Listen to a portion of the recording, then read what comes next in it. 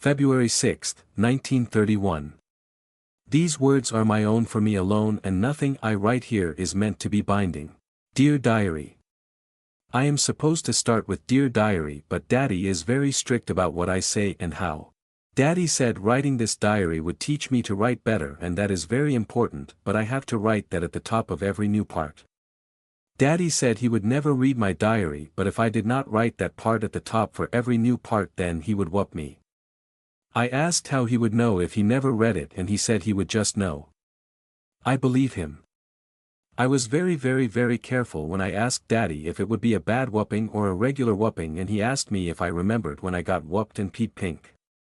I said yes I did, and Daddy got a really mean and angry look on his face and said the whooping I got this time would be worse if I did not remember to write that every time. Then he said he was not sure if it would work and I should tell no lies even when I write things down. I should explain what happened the other time because you are my diary and you do not know anything except what I wrote here. It was when I was playing with Pearl, even though I was explicitly told I mustn't.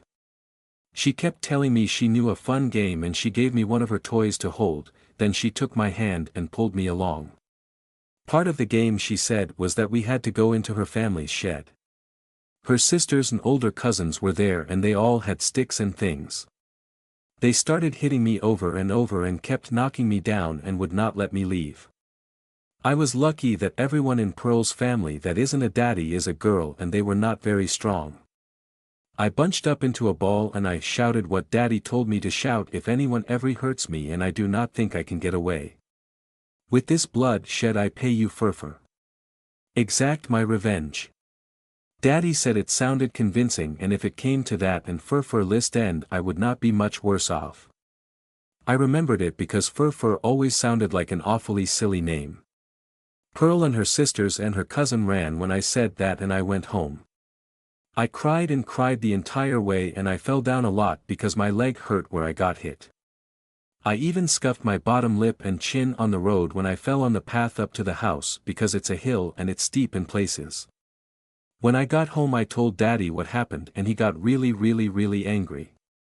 I was scared he would whoop me, but he cleaned me up and wiped up the blood instead.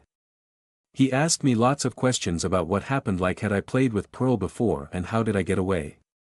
Then he asked me about Pearl and where we would play and if I ever saw Pearl playing after Sunday school. Then he put me to bed and told me I did not have to go to Sunday school the next day. I forgot I wasn't going to Sunday school and I woke up and Daddy was sitting in the living room with a drink looking out the window. He looked scary because he had that mean and angry look he has sometimes when he whoops me, and he was wearing the clothes from yesterday and he hadn't shaved his face. He left without saying anything except to tell me I had to stay home. Then he came back and he changed and shaved and we ate, and Daddy told me that whatever came next I was forbidden to cry. There was a knock on the door and then Pearl's mama came inside dressed in her Sunday best. Daddy made tea and gave Pearl's mama a cup and gave me a cup and made a cup for himself, and they talked about everything except me and Pearl. He looked and sounded dangerous and so did she, but in a different way. Then Pearl's mama asked about hair and he reached into his pocket and he pulled out all this blonde hair tied into a knot in the middle and he put it over his knee. She asked for it and he asked for her to promise he wouldn't get in trouble and that I would be safe from her daughter. They shook hands and then he gave her the hair. She asked if it was all there and he said yes. Then she asked if she could trust him and he smiled and said no, but she had no choice. I didn't know where the hair came from until I went to school the next day and I saw Pearl with her hair cut shorter than most of the boys. Mrs. Packman said it was because of bugs and we shouldn't laugh, but I knew the truth. Even though Pearl and her family hit me with sticks I felt really bad because Pearl always loved her long hair. Even when braided it was long enough to touch her bottom. She won't even look at me now and she acts scared. It was only after that was over that Daddy whooped me. It was almost as bad as being hit with the sticks because I was already sore. I peed pink after. The peeing hurt and I would stamp and drum my feet on the step stool in front of the loo to distract myself until Daddy bellowed for me to stop. He asked me if I learned the lesson and I said yes. He asked me what the lesson was and I said it was I needed to listen. He asked me why I needed to listen and I said if I was disobedient and did not listen then everyone would hurt me. He said that was close enough. If I have to be truthful then I need to say my feelings hurt almost as bad as any of it. I wish someone would explain this better. Daddy said it was a trick, but I said I did not think it made sense that someone my age could plan a trick like that and plan ahead to have people waiting in the shed like Pearl did. Daddy said the members of the Duchamp family could and they would do worse because they were scared of me so I could never ever be friends with them. I asked him not even when I was an adult and he said when I am an adult I will know better or I deserve what I get. I think I started having the bad dreams around then. Every night for a long time. Then one night Daddy came and picked me up and he carried me to his bed. He told me the deal was I was allowed to cry but only so long as it was night and my head was on the pillow. In daylight I cannot cry or show weakness. He held me and he stroked my hair until I started to fall asleep and I felt safer. I cried myself to sleep and I felt better. After the bad dreams went away, I went back to sleeping in my own bed. Daddy had me pick a special object to me and sit naked in a circle while I read from a book. He said it would be better if Mommy was here but I need to learn to defend myself sooner than later. I don't know how to defend myself yet. I do know that I was really worried about being lonely forever. My mommy is away buying a book and she has been gone since winter and she should have come back by now. I am not allowed to make friends if they belong to certain families and I am not allowed to make friends if they are already friends with someone from one of those families. Because most people here are like that I cannot make any friends my age. But there are things that aren't my age or my daddy's age or even the age of the house that want to be my friend now. Tricky things and scary things and things that offer me gifts like Pearl offered me the toy before she took me to the shed. I have to be very careful but I do not feel as lonely anymore. This took me a real long time to write. I am still learning and I have to stop and think before each thing I write to make sure I am not lying. It made me feel better and I think it was a good idea. I am going to go give my dad a hug now for letting me write this diary and then I am going to go talk to Tricky Things. Yours. Rose Thorburn. March 9, 1932. These words are my own for me alone and nothing I write here is meant to be binding. Dear Diary. Arspint lives up to his name. The dirty rotten bastard. I played a game with Arspint and his followers today and he cheated. He wanted a lot of things and the only thing I was willing to give him was a kiss. I am still tasting bad eggs and garbage from the peck I gave him on the cheek. He said a lot of very rude things to me after. I asked Daddy for advice and he told me I had to earn a victory or none of the goblins around here would respect me. I asked him how to win a victory and he took me to the library and helped me pick out books. Some of these books are so thick I can put my hand down flat on the spine and have room on either side. I asked and Daddy said that being good at books is not always about reading a lot but it's sometimes about knowing where to start looking. He also said I needed to stop asking so many questions. He said I have answers and I need to look for them on my own. Wish me luck, Mr. Diary. I will let you know how I am doing. Rose Thorburn. June 18, 1932. These words are my own for me alone and nothing I write here is meant to be binding. Dear Diary. I did it. Winning was easy. Now I have a Arspint in a cage. I have to bring him food and water once every day or he is allowed to let himself free. The hard part is punishing him. How do you punish a Arspint? How long would I have to lock him up before he agreed to do a song and dance about how mangy and pathetic he is in comparison to me? I could make him do it every time he met another person for a whole year. He won't like it but I didn't like having to read all those books. I was so bored I nearly cried. I told Daddy, but he didn't seem to understand. He gave me a pat on the head and told me to go read some more, so I would know good ways to use Arspint. Victoriously yours. Rose Thorburn. September 15, 1939. These words are my own, for my eyes alone, and nothing I write here is binding. You know the routine. Dear Diary. I am in a bind. I am so sorry I ignored you these past 2 weeks, dear Diary, but much has been going on. I am in Montreal now, in a different school. They put me in a private school so I could learn more useful languages. It is a very religious school. There's something witty I'm supposed to say about that, but I'm too upset. Daddy let me bring some books, giving me a special suitcase that could hide them.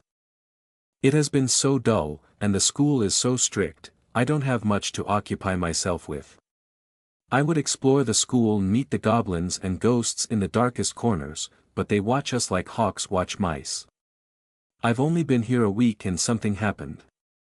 I could see the other girls spending time together, girls who have known each other from kindergarten. I couldn't thrust myself into the middle of them, so I took a book outdoors. I told myself I would enjoy the crisp weather before the cold shuts us inside for months on end, walking away from the school to make sure I could read in peace. I was approached and told a teacher wanted me, and I had to stow the book away inside a hollow tree, because I certainly wasn't about to take it into the school proper. I made sure there wasn't anyone around to see, but someone figured it out. Of course it was a ruse. I've been so on guard against trickster spirits and goblins, I've forgotten to keep my guard up around other humans. The book was taken, then turned over to the head office in quick order when the taker found out what it was. I thought I had it settled when I threatened and spelled the girls who took and handed over the book, ensured that nobody knew it was them or me. Things are only getting worse, now, with the faculty on a warpath, hunting for the real owner of the book. They are threatening to take away privileges, to punish the entire school, and it's only a matter of time before one of them bends to the pressure and points her finger at me. I've hidden my books with one working, and I can play innocent, but I fret. I need the book back, but I have only a few tricks at my disposal, and no creatures of any worth that I might bargain with. Ancient ghosts with little power left, and lesser spirits. We have been given time for self-study. I'm using the chance to write and collect my thoughts. I need a strategy, but I'm not sure what doors are open to me. Some religious grounds are benign, but others are dangerous. What if someone asks along specific channels and an inquisitor is alerted? The school, as well. There is so much talk of the war, and so much emphasis placed on making the school proud. The faculty keeps saying they want goodness and success to come out of this dark time, and they will see the subject of this book as a dark thing. If they trace this back to me and come to see me as the source of this great disappointment and a stain on their pride, the hate might be even greater than what the inquisitors might direct at me. Above all else, I fret about my mother. She spends so much time and effort collecting her books, I worry about what might happen if I lose one. I must find a way in. If the ghosts are almost useless, I will simply have to use a great many of them. There are other lesser spirits, as well. They will have to do, as allies go. I must say I thought being at a new school with no reputation would help. It's worse. Now, just a week in, I feel more pressure than I ever have, but I have nobody to turn to, not even to argue with or vent on. I wonder if being hated may well be better than being a nobody. Rose D. Thorburn. September 20th, 1939. These words are my own, for my eyes alone, and nothing I write here is binding. Dear Diary. Disaster, but not disaster of the kind I expected. In their quizzing of the students and their gentle and not so gentle probing, the interest of the faculty spurred the interest of the students. Word got around about the book, and I ended up being one of no less than 3 groups aiming to get into the headmaster's office and get a better look at the book. I bid the ghosts to scare the others, but a braver group pressed on. Minnie from the year above me, her friends, and her cousin Herb. I think they were almost thrilled by what I sent their way. Herb might be the one who kept talking about joining the fight and being a hero. Maybe that drove him to fight past fear. Maybe he's a moron. With a measure of help, I slipped into a cat's body to spy on the new owners of the book. With learned tricks, I joined the shadows in slipping beneath the door. I thought I could snatch up the book and run. I did not expect what I saw. They were doing things that proper boys and girls shouldn't do until marriage. Herb with one of Minnie's friends and Minnie with one of Herb's friends, and another two friends pairing up nearby. Dear Diary, I don't know how to name or explain the feelings that found me then. There was a kind of anxiety, warm, low in my belly, very real disgust. Surprising, when I've dealt with the most vulgar of goblins. My father has an eye for justice, or an eye for a lack of it. In a way, I might have viewed the world through his eyes when I saw that scene. I saw something unjust that outraged me and wounded my pride, compelling me to act. I feel wretched when I think that the action I was compelled to was fleeing. The Lord of Montreal reached out to me last night, communicating through my dreams. He has heard whisperings, as lords do, and now I have a greater merchant spirit turned mortal turned God breathing down my neck. He would like for the book to be found, and will forgive me my error if I retrieve the book and ensure the ones who took it don't pursue such things in the future. I have to confront the mundane humans, and I must do it while feeling as if they are somehow more distorted and unfamiliar than many of the beings I read about in my books. I have been born into a world that 1 in 1,000 people have the slightest idea on. I know of goblins and boggarts, ghosts and elementals, demons and deity. Yet I feel as though I'm the ignorant one, here. They are the ones who have been inducted into alluring, forbidden wrongs. This writing was meant to help me clarify my thoughts, but I don't feel clarified. Rose D. Thorburn. September 25, 1939. These words are my own for me alone and nothing I write here is meant to be binding. Dear Diary. I don't know what to do. I had no chance to write, for I was watched closely, and I had no privacy until now. I tried, but I couldn't secure the book before they had a chance to use it. They called a goblin to them, and the ritual gave it power to attack. Minnie suffered the brunt of it, and the rest of us were caught. The police seemed to think Herb and his friends as responsible. I was confused at first, but now I think it makes a kind of sense. Boys, a fraction too young to go to war. They intruded on a girls' school, and they make for ready suspects when Minnie is hollowed out, left with only a vacant stare, unresponsive and unmoving but for the monotonous rocking of her body. Her body was untouched, but that doesn't count for enough. When the books do tell of evil things being loosed, they often make it exciting. The mission is a rescue, a race against time. Here, 3 or 4 lives were utterly ruined, and they may never find out why. They were given no chance, except to leave dangerous things be.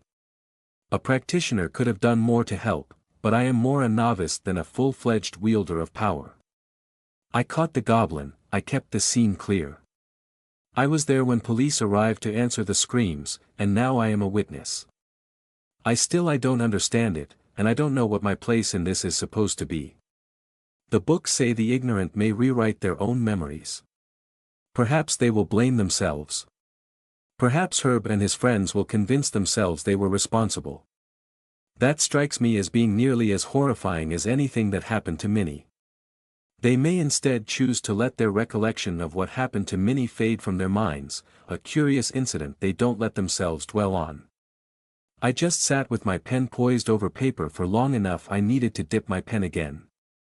It's more horrifying still, but it's horror I feel on Minnie's behalf. I think it's the scariest thing I can imagine. Dying and having your existence erased from the world. To be painted over and forgotten. It's my first time facing the aftermath of a situation like this. Removed from the books. It gnawed at me every day. The girls and I were confined to the rooms on the top floor of the dormitory, while I waited to talk to police, and the entire way home. It eats at me still. A small blessing that it was a goblin of no particular status or power. It could have been far worse. I expected the usual sort of punishment from my father. I did not expect my mother, returned from a year-long trip, to meet me in front of the house. Her first question was after my welfare. I told her I was well, but that the police might reach out to ask more questions, and that I might be asked to Montreal to attend court. Her second question was about the Lord of Montreal. I assured her I left things on good terms. Her third question, of course, was about her books. I assured her the books were well, showing her each of the texts I'd taken with me.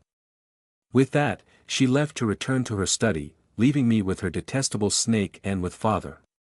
Even now, as I write this, the house has a smell, very like the aroma in that scene I stumbled on with Minnie and the rest, that had unsettled me so much. Ampelos was staring at me, and even though that snake face doesn't show a damned hint of an expression, I could tell he knew, as though he read my mind. His every movement mocked me. It feels like there's always the group, and then there's me, standing apart. Ampelos is my mother's familiar, so he is her ally. My father is, of course, my mother's partner. And then there is me. I think, writing this, I have settled on how I feel. Mortified. It's a good word. I cannot make another mistake like I did, but I can't cover every avenue by myself. I'm too young to take a familiar for life, and I have no friends here. I was home, and I felt more homesick than ever. I still do, writing this. Ampelos knew all this, and he silently mocked me. My father was in a good mood, but I didn't hear his words and I think my silence annoyed him. He was upset over the girl that the goblin attacked, that I'd let the book out of my sight. He said it was my responsibility. I was angry, and I think both of us were a little surprised at how much emotion came out. I said a lot of things, and I was careful to keep my word, but I don't remember much of it. I blamed him, because making friends was hard before, but impossible once I became a practitioner. I told him the truth. That I was given the responsibility too soon. Other families don't let children have powers. I'm 16, but I've had powers for almost half of my life. And then I swore. I swore I wouldn't ever make my children go through this. I would let them lead lives untouched by all of this. Never have I seen him react like he did. As if he'd heard me and he actually listened. Ampelos was still there, smug. I don't know why I did it, but I took hold of Ampelos' tail, seized a letter opener from the nearest shelf, and I stabbed him, fixing the tail to the arm of the love seat. I ran, before my father or mother could catch me. As I said, mortified. I know I have responsibilities.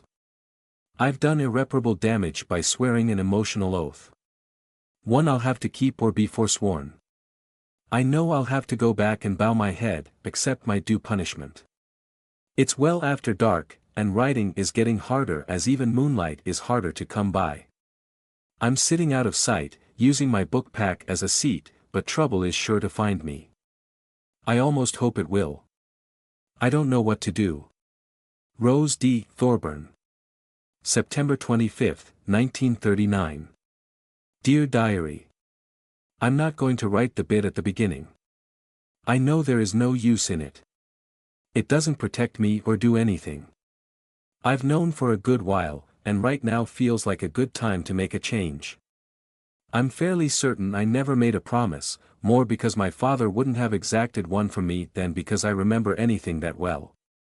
I'm not sure if I should write this down, but when I sit here, muddy and bleeding in spots, scuffed and bruised, I think of Minnie, and I think I want to preserve as much of myself as I can.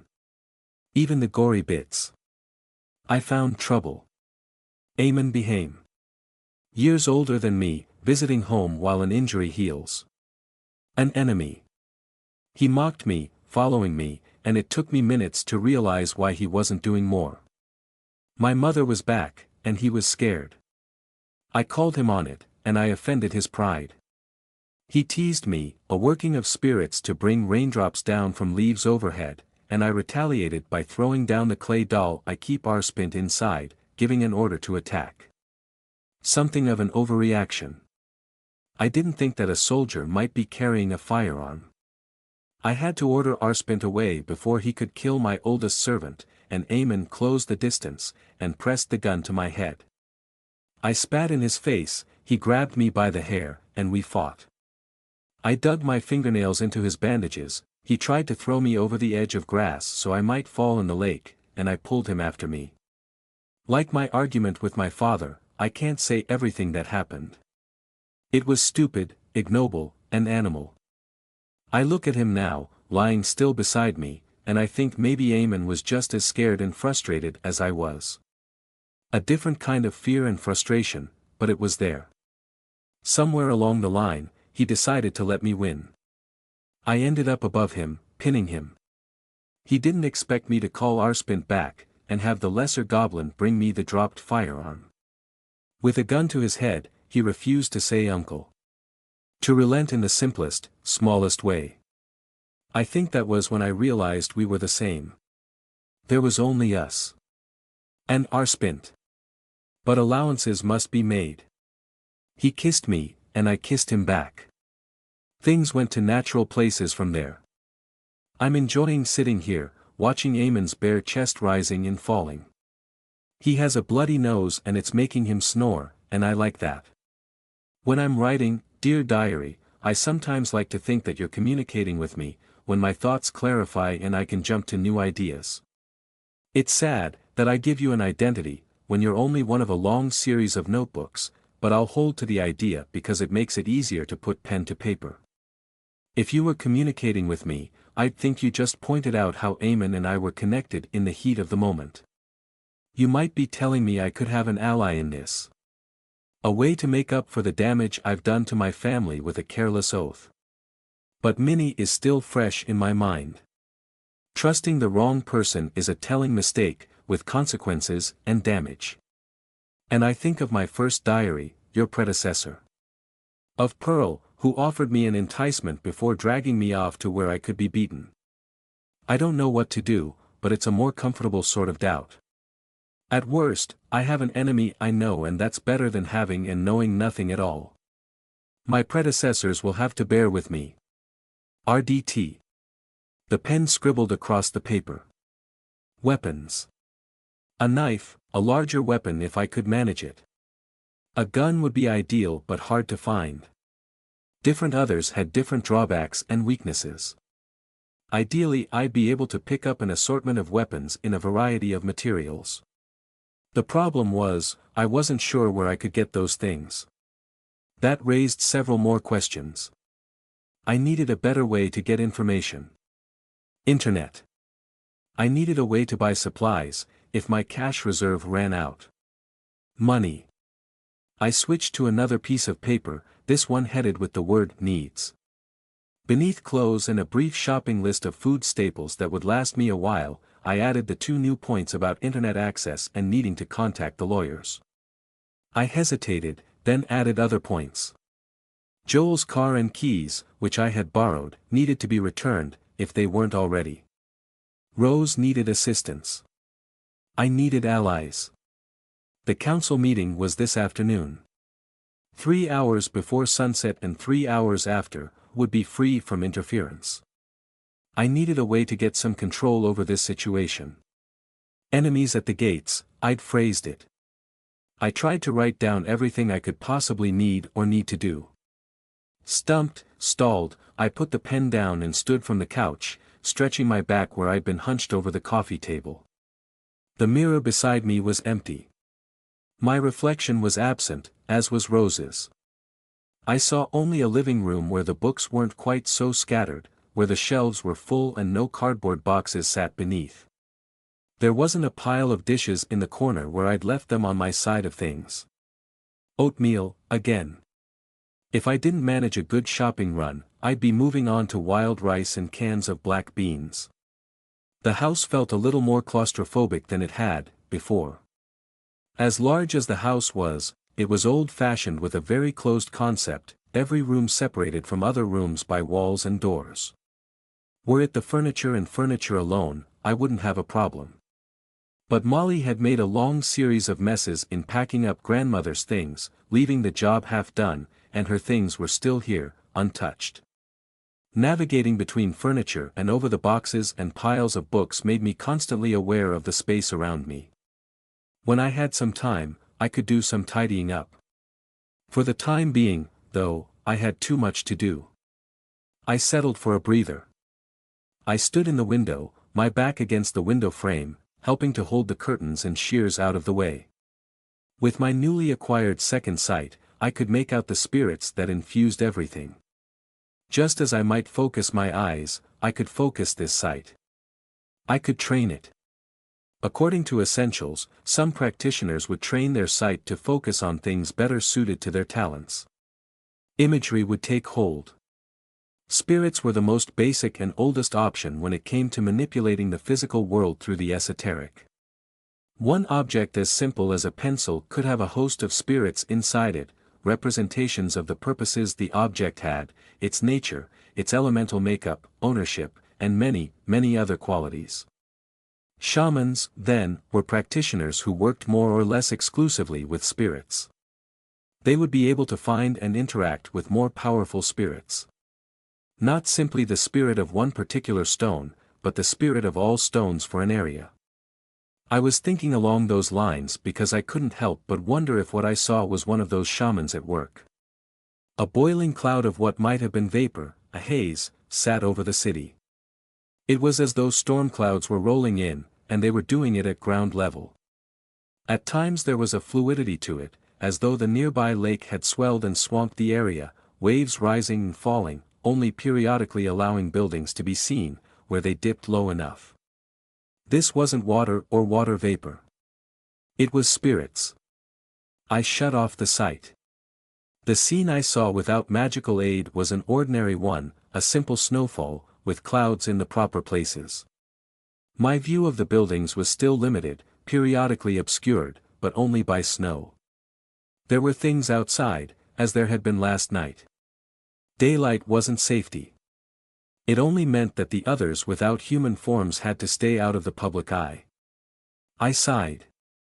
I wasn't big on plans. I wasn't the type to use lists or keep to them. It helped to frame what I was doing in my head, but it wasn't me. Better if I figured out the high points I needed to hit and then winged it. I'd figure out what I needed to shop for when the time came. I sat down with what I saw as the little black book. I filled myself in on the local practitioners. When I got to the others, however, I found the entries got a little more complicated and short form. Latin classifications, short form that necessitated I look it up, measures and linking to reference material instead of explaining them outright. Grandmother, it seemed, was more interested in others than people. Rose. I called out. There was no reply. I made my way through the house, searching each of the mirrors. I found her in the library.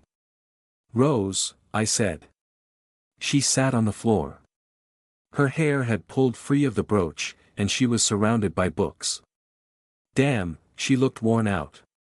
Not tired, per se, but like she'd been through the ringer. What do you want, Blake? First of all, I want to make sure you're okay. Let's say I'm not, she said. She carefully set books aside and climbed to her feet. She didn't seem willing to meet my eyes, biting her lip, thoughts clearly elsewhere. What can I do? It wasn't a hard question, but it seemed to bother her. Survive the meeting? We survive, there's always room for things to get better. I'm on board with that, I said. Why did it look like I was upsetting her more? Listen, I said. I've done the reading. The sections on the others in the little black book are kind of dense, but I got the gist of it, and I think I can put names to most of the important faces. I know the practitioners I'm up against. That's good, she said. I read through all of that too. I've also memorized a few of the basic sigils. Driving people away, like Laird Behaim did in a coffee shop, moving things like I did with the mug, and protecting objects. I've got salt and chalk if I need it. I wouldn't rely on that, if I was in your shoes, she said. I frowned. Why? The books say that generally, spirits aren't that smart. They're more like small animals, in terms of their capacity to understand things. Like animals, you can train or bait them. In an area trafficked by people who use spirits a great deal, you can trust they're going to listen. This is that type of area. But who are they listening to? Remember how Laird said the spirits of community listen to him because of his role? Out there, they aren't just listening to you. Their loyalties are divided. I think I follow, I said. What's the end result? What happens if they aren't all in the same camp? I think it'll be slower, or fuzzier. You might get nothing, or it might backfire. That took some of the wind out of my sails. I'm still powerless. Powerless until you get enough clout to bully them or convince them to play along. It might be that grandmother's name gives you some of the oomph you need. But if you reach for their help in a bind, Rose said, it's going to be dash. A crapshoot, I said, in the same instant Rose did. I smiled a bit, but Rose didn't. Her eyes dropped to the ground. I sighed. I could hardly blame her for not being in a smiling mood. Rose had her own concerns. Ones I couldn't even wrap my head around. We didn't have enough information on what she was or why grandmother had gone to the trouble of creating her. Problem was, I didn't know how to fix this. When in doubt, the strategy was to empathize. As a rule, people wanted their feelings recognized more than they wanted fixes. I can't imagine how you feel, I said. It was the truth. You've been put in a horrible situation, with dash. Don't do that, she said. Not if you're using it like they taught it to you. Huh. Dad taught us that. How to get on people's good side. Which may be something he picked up from grandmother. Grandfather, I said. It fits what we know of him. Don't manipulate me, Blake. Don't use strategies to deal with me. I was raised the same way you were, up to a point, I know the tricks. I do care, Rose. I want to help you. If I'm drawing from what I know to try dash. Blake, Rose said. It's fine. It's done, you're in charge, I'm the backup. You want me to keep the criticisms to the most vital points. Fine. You want me to do the research and supplement what you're doing, fine. You win. I don't want to win. I want us to be on the same page. The same page? You got the power, I got this. How do you have a partnership if things are this unequal? Let's face it. Look at what happened to Molly. Grandmother is willing to use us as expendable assets. I'm nothing more than a piece in a greater puzzle. I'll serve my role, and the road ends there. I'm the most expendable one of us. I don't think she made you as some expendable asset, I said. I've been reading. Everything referencing diabolists says they're dangerous lunatics, except for the stuff that was written by grandmother and other diabolists. The temptation to offer pieces of yourself for obvious gains sucks all of them in eventually. The guys who unleash some of the worst stuff out there. The guys who meet the worst ends. They're in the same category as her. Our grandmother. Over and over, they become monsters. Literally, or generally monstrous people that might use their kids or grandkids as sacrificial pawns to get what they need. That actually seemed to help. Not that she looked happy, but maybe the way didn't look so dark. There isn't a book we can read to figure out why I was created, Rose said. Her eyes were still downcast. I looked at the earliest diary entries, and the most recent. Anything useful in the most recent? I asked. She shook her head. No. Nothing. The early ones I sort of skipped past the earliest diaries, because a child's writing is hard to read in big doses. Some stuff on the relationships between the different groups here. But if you're looking for tips on where to focus our studies, we may have to look a bit further. Relationships, I said. It wasn't all friendly or peaceful, though it sounds like there was more of an equilibrium a while back. Like Laird said, I thought aloud, it's starting to change. If the house sells, Jacob's bell grows past a threshold. It's thrown things a bit out of balance. You've got the two big circles joining in marriage, maybe rebuilding that balance. Status quo for the Duchamp family, it sounds like, I said. Which was a reminder of the matter at hand. Listen, the council meeting starts in 3.5 hours. I wanted to check you were up for it. I'm up for it, she said. She met my eyes, but that only made it clearer how worn out she was. Be careful, I said. If you lie dash. I know, she said. Nervously, she started fiddling with her hair, trying to get it sorted out. I might lose my powers, or be forsworn. And I don't want to lose any protections I might have, if things like Porik can reach in here to get me. Not that I have much else to lose. I nodded. Don't worry about me if you're not going to worry about yourself, Rose said. You look as tired as I feel, and since you're the one making the big decisions, like when to go out and dash. Whoa, I said. Whoa, whoa. You're talking about this? About going out with Laird. I thought we weren't fighting. I could see her expression change. Barely restrained frustration, slowly but surely being covered up, hidden behind a mask. We're not. Never mind. I got carried away. I'll meet you downstairs in a bit, and then we'll go. A big part of me wanted to argue. To press the issue. To air grievances and get things on a more even keel. To convince her that I didn't want her as a slave or a servant. Except we had more pressing matters. Better to find a way to show it to her rather than tell her. Sure, I said. The spirits parted. I knew when it was time, because of the way the surroundings changed. A moment of rest, where the snow wasn't so hard, the spirits were settled, and an entire area was almost clear, in magical terms. In regular terms, the snowstorm let up a touch. It was dark, but that was more to do with cloud cover than time of day. I was on the move the moment the coast was clear, but I didn't go to the meeting. I headed for the downtown area, backpack empty, pockets full. Everything I could think I might need on hand.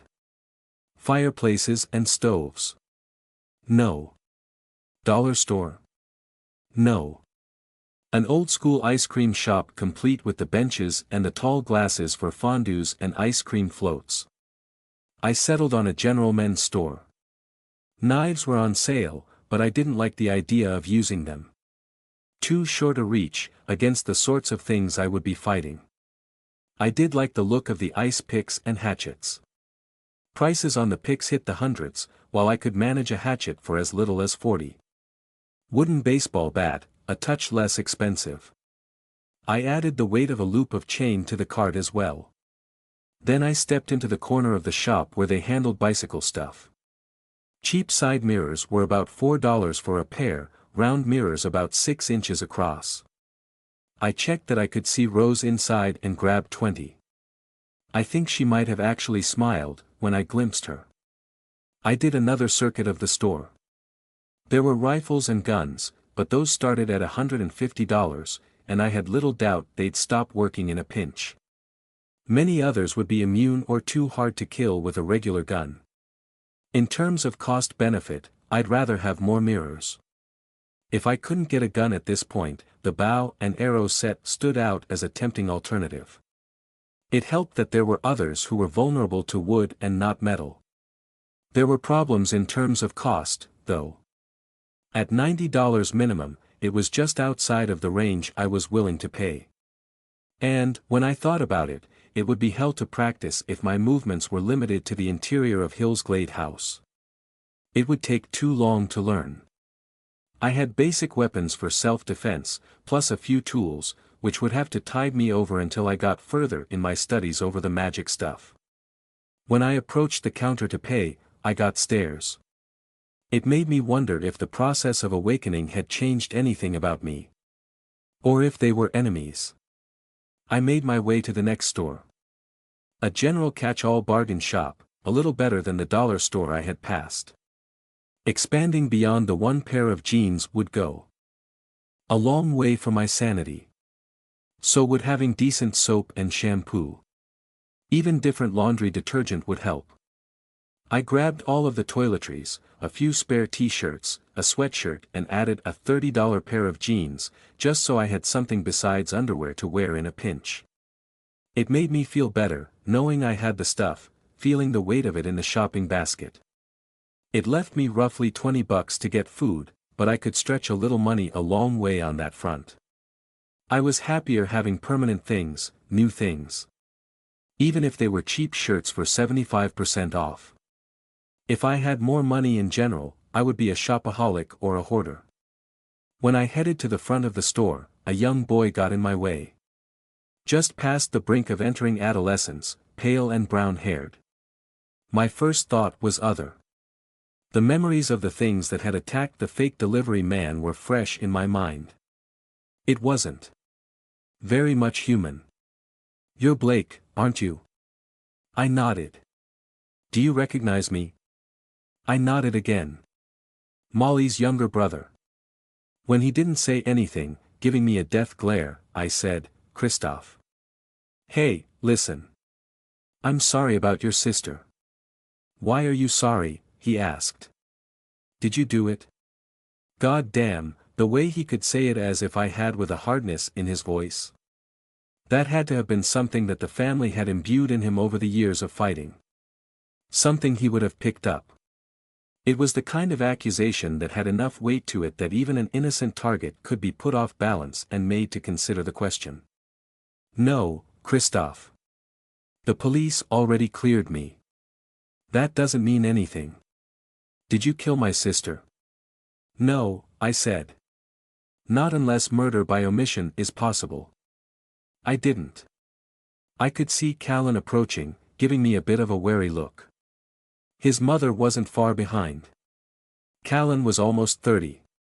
His mother was 40 and looked 10 years older, by the condition of her skin and hair, her arms full with a bundle of shirts with superheroes on them. I couldn't help but see Aunt Irene as the type of person who had faced hardships every day and had emerged just a fraction weaker from each crisis. Worrying about money and work and all of that tended to eat you up inside. I knew, even if I had lived it for only a short time, what that was like. All that said, it didn't mean I was a fan of her as a person.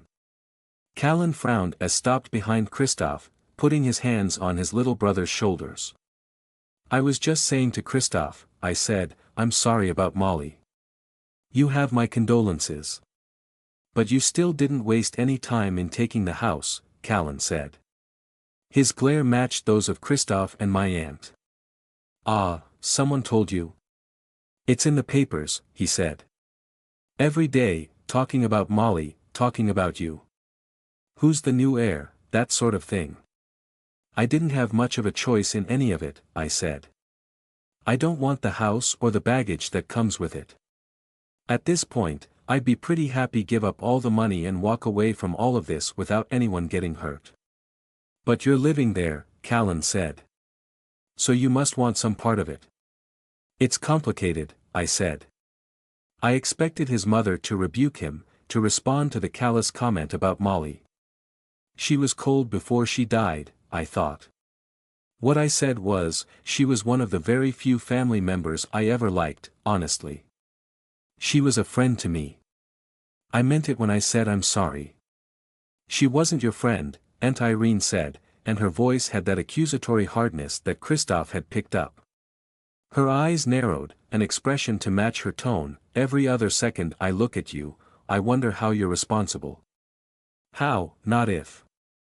I didn't say anything, out of concern it would be taken as binding. Instead, I circled around to walk past him. He took a step to the side, getting in my way. "I didn't say pay and leave. I said leave." "You said go," I said. "I'm going." "Not this way," he said. "Not with this shit. You need to keep squatting in my sister's house." Heads were turning.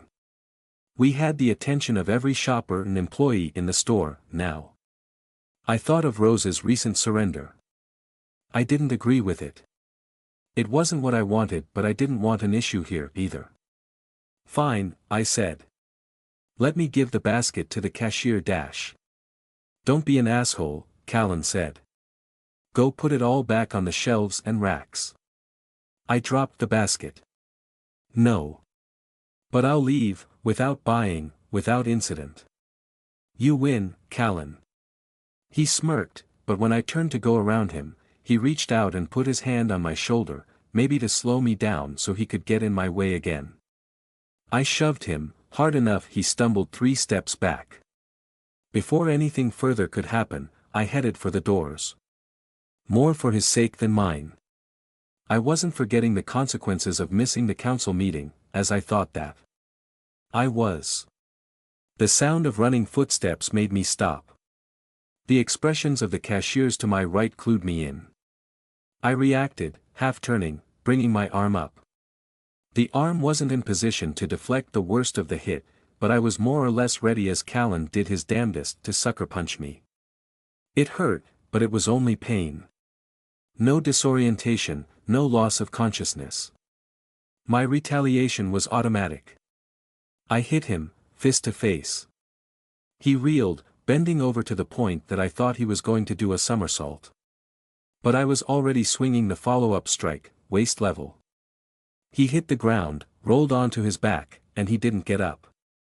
His mouth was open, lip split, and he stared, blinking hard, looking in a different direction each time he opened his eyes.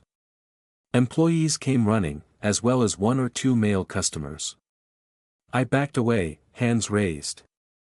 But when they reached us, 2 employees dropped to their knees beside Callan, and the rest of the intervening bystanders put themselves between us, forming a protective half-circle around Callan.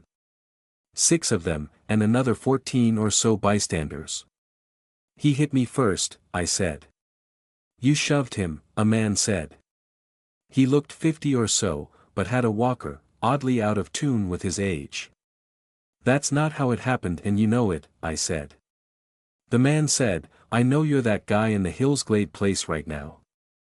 You selling it anytime soon? No, the contract dash. Then I think I know what we're telling the police, he said. He looked around, and slowly, each other member of the small crowd started nodding in agreement. Nothing stood out, no strange glows or images that weren't supposed to be here.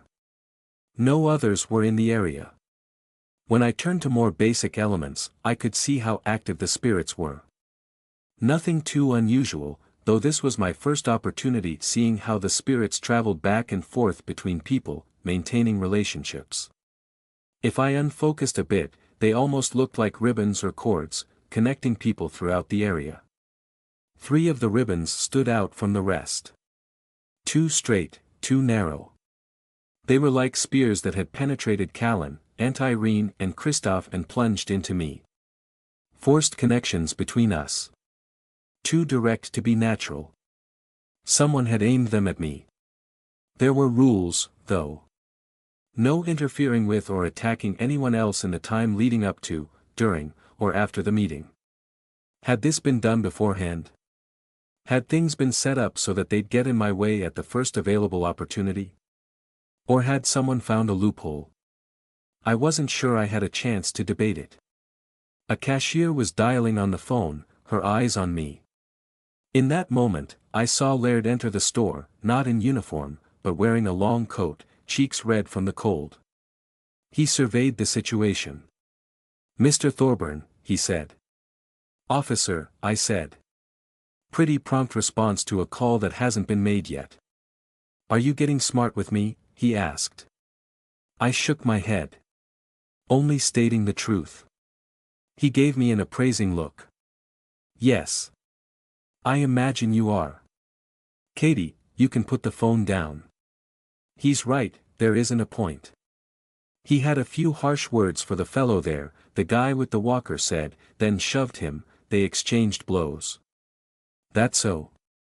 Laird asked. He surveyed the room very slowly. His eyes settled on Katie. I'm asking. Is it, Katie? She looked at the crowd. Katie? No, sir. No. I didn't think so. I'll tell you what. You guys go on about your business, and I'll see that Mr. Thorburn gets to his destination. Deal? Yes sir, a few nearby people mumbled.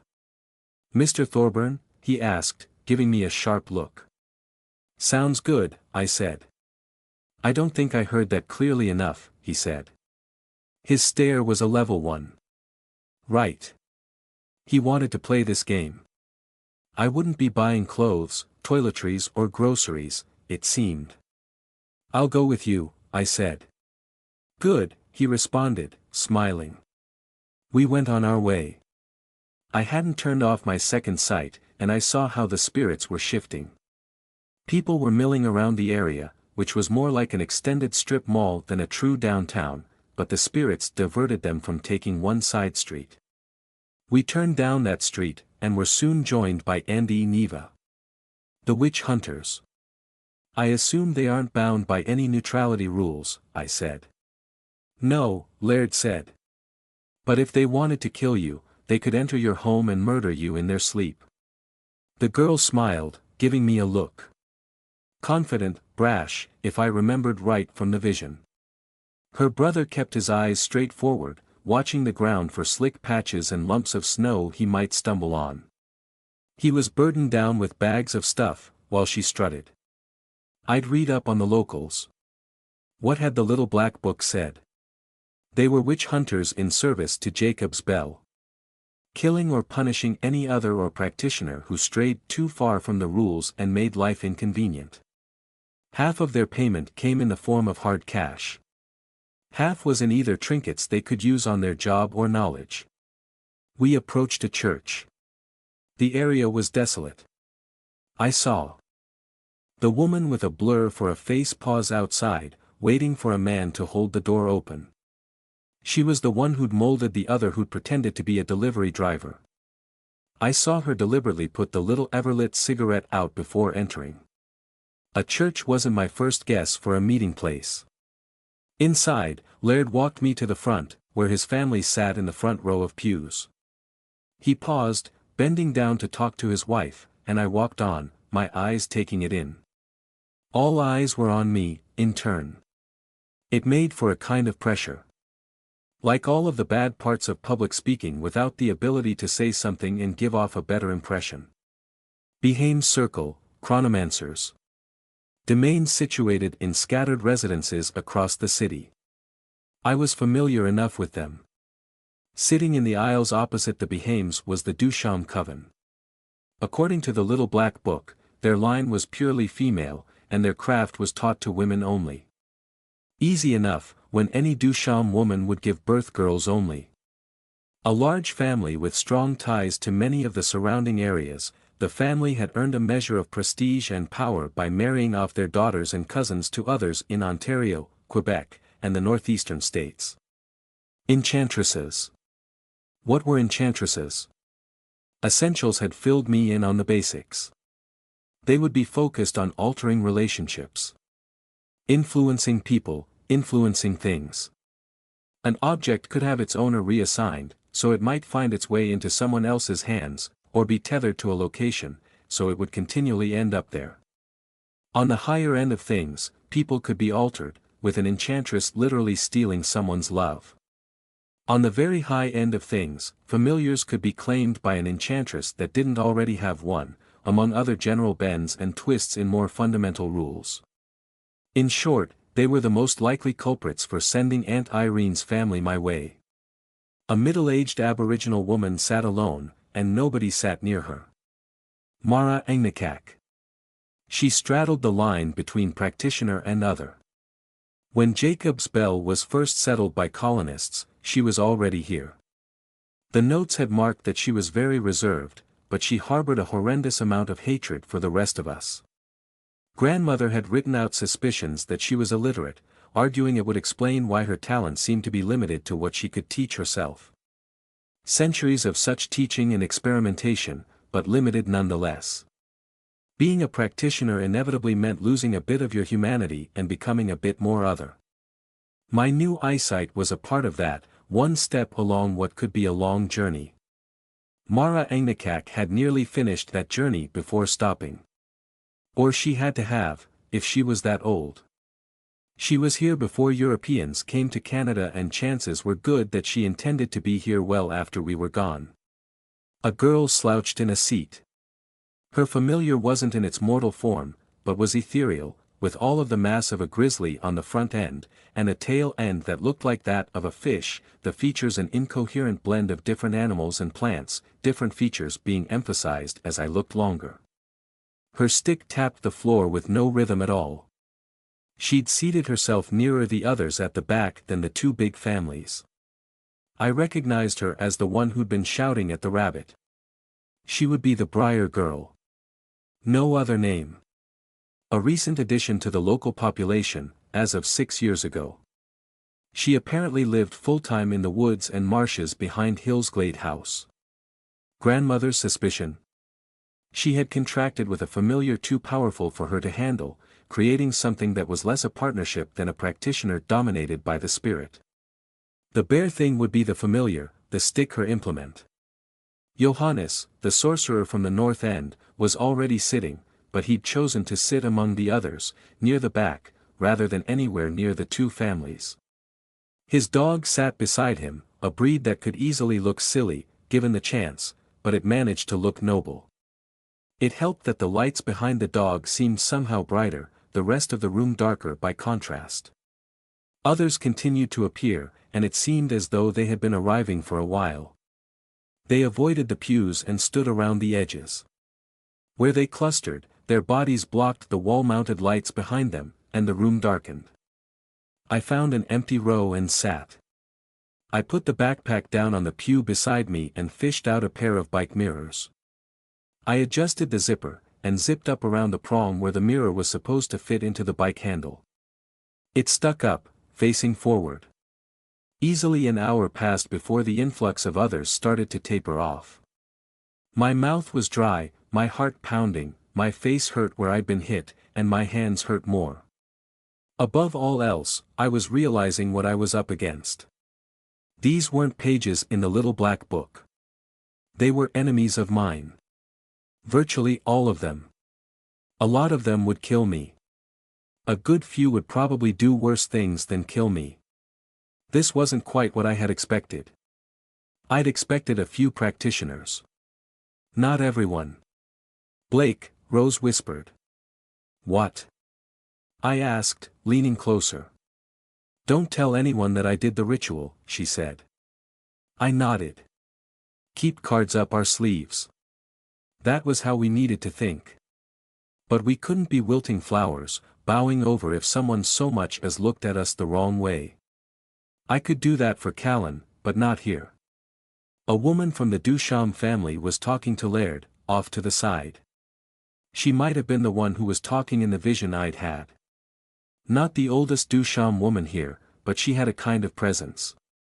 They both cast glances my way as they talked, making me the obvious topic of conversation. I went out of my way to look like I wasn't terrified. All of these people were my enemies. Beautiful Rose, Porrick purred. Both of them, here. A good night, I'm sure. He'd entered alongside his two regular companions, two other companions of similar attractiveness, and Maggie Holt, the girl with the checkered scarf. She was a teenager, making her slightly younger than the Briar Girl, and her eyebrows made her look perpetually angry, helped by a swift, graceless manner of walking. She sat to my right, across the aisle. Porrick and his group sat around her, instantly and automatically settling into comfortable seating positions that could have doubled for poses. Porrick, as usual, is the last to enter, Laird said. We can begin a little early tonight. Please, Mr. Thorburn. You're at the center of attention. Would you please step up to the front and introduce yourself? Every set of eyes in the room. Say no, Rose said. I said I'd run impulsive plans by you, right? I asked. Blake. Mr. Thorburn. Laird asked, his voice ringing down the length of the church. If I had a way to divert our enemies from us and to each other? I asked. Yes or no? Blake, you can't expect me to dash. Blake Thorburn, grandson of Mrs. Rose D. Thorburn, diabolist of Hillsglade House, Laird said. I would like a response. Making someone repeat themselves, in some cases, would make them look weaker. Laird was getting more intimidating each time he spoke. Yes, she said. I stood. There was no murmur of conversation as I walked down the aisle. There were hundreds here, but most were others, and they were all exceptionally good at being quiet. Goblins, disgusting to look at, as though they were distilled versions of human ugliness, squat and all of them armed with weapons forged together from scrap.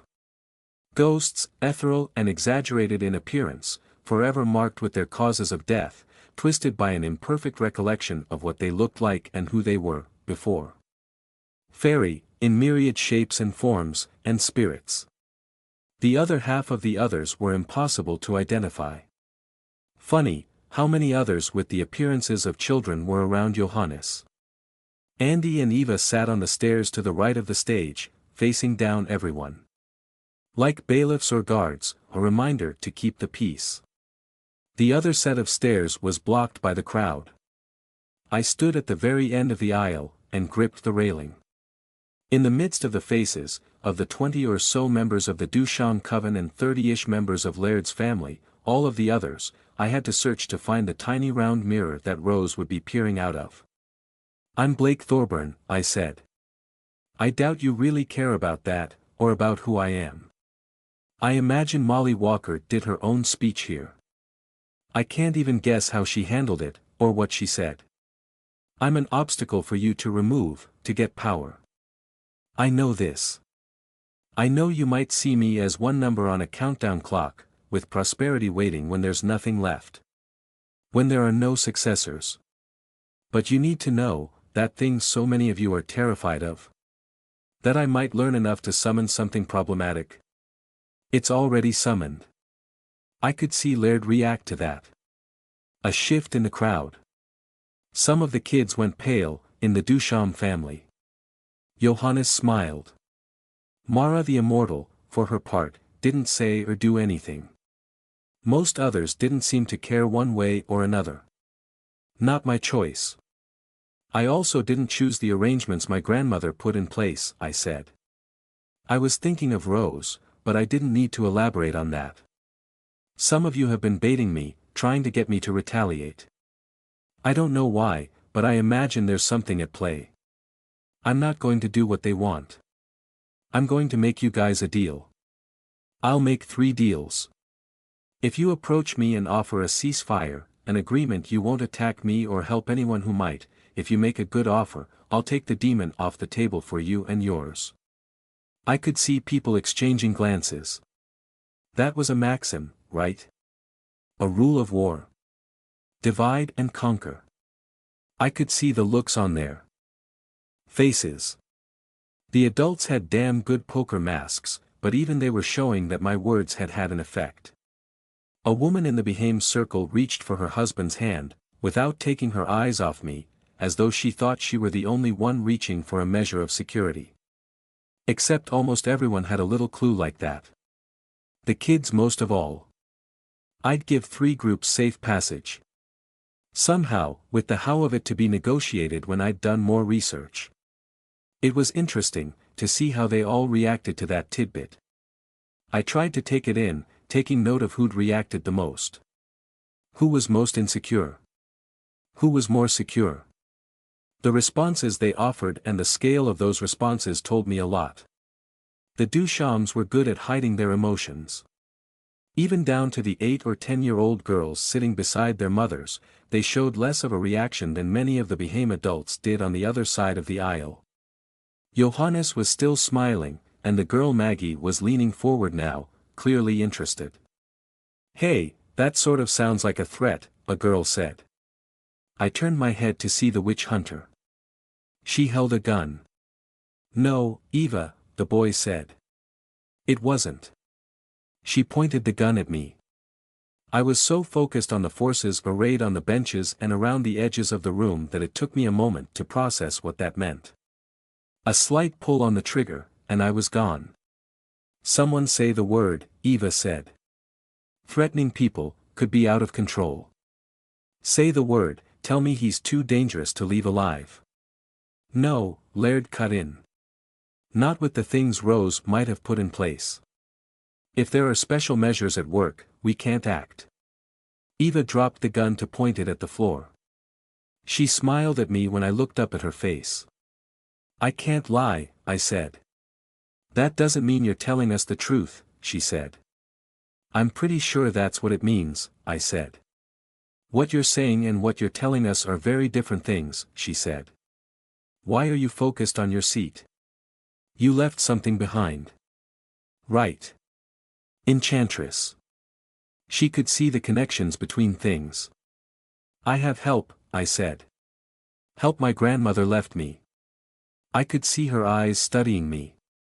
Roving over my body, my clothes, and very pointed locations around me. Yes. A companion. A vestige, Laird said. Vestige? Of Rose, the North End sorcerer asked, his eyebrows raised. Yes, Porrick spoke out loud, at the same Laird said, I don't think so. I could see a few glances being exchanged at that discrepancy. There is something else out there, she said. Back in the house. It's not cooperating with him at this point in time. Damn. That's not reassuring, Johannes said. Just the opposite.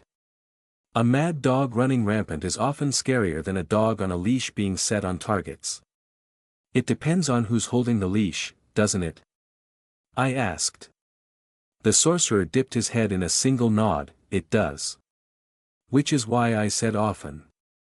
At this point, from the sense I have of you, I would be more concerned about an unleashed dog than an attack dog at your control. I was very, very aware of all the eyes on me. Many of which were inhuman. One small disparaging remark, but there were a lot of ears to hear it. I've said most of what I needed to say, I told them, trailing off as I tried to collect my thoughts. I thought of what I'd seen in the visions. The way Laird had talked about sitting back, there being no need to act. In the end, it had been someone else that had set those bird skull things on me. They were cooperating. Taking turns, negotiating with each other. I needed to put a stop to that. Or throw a wrench into it.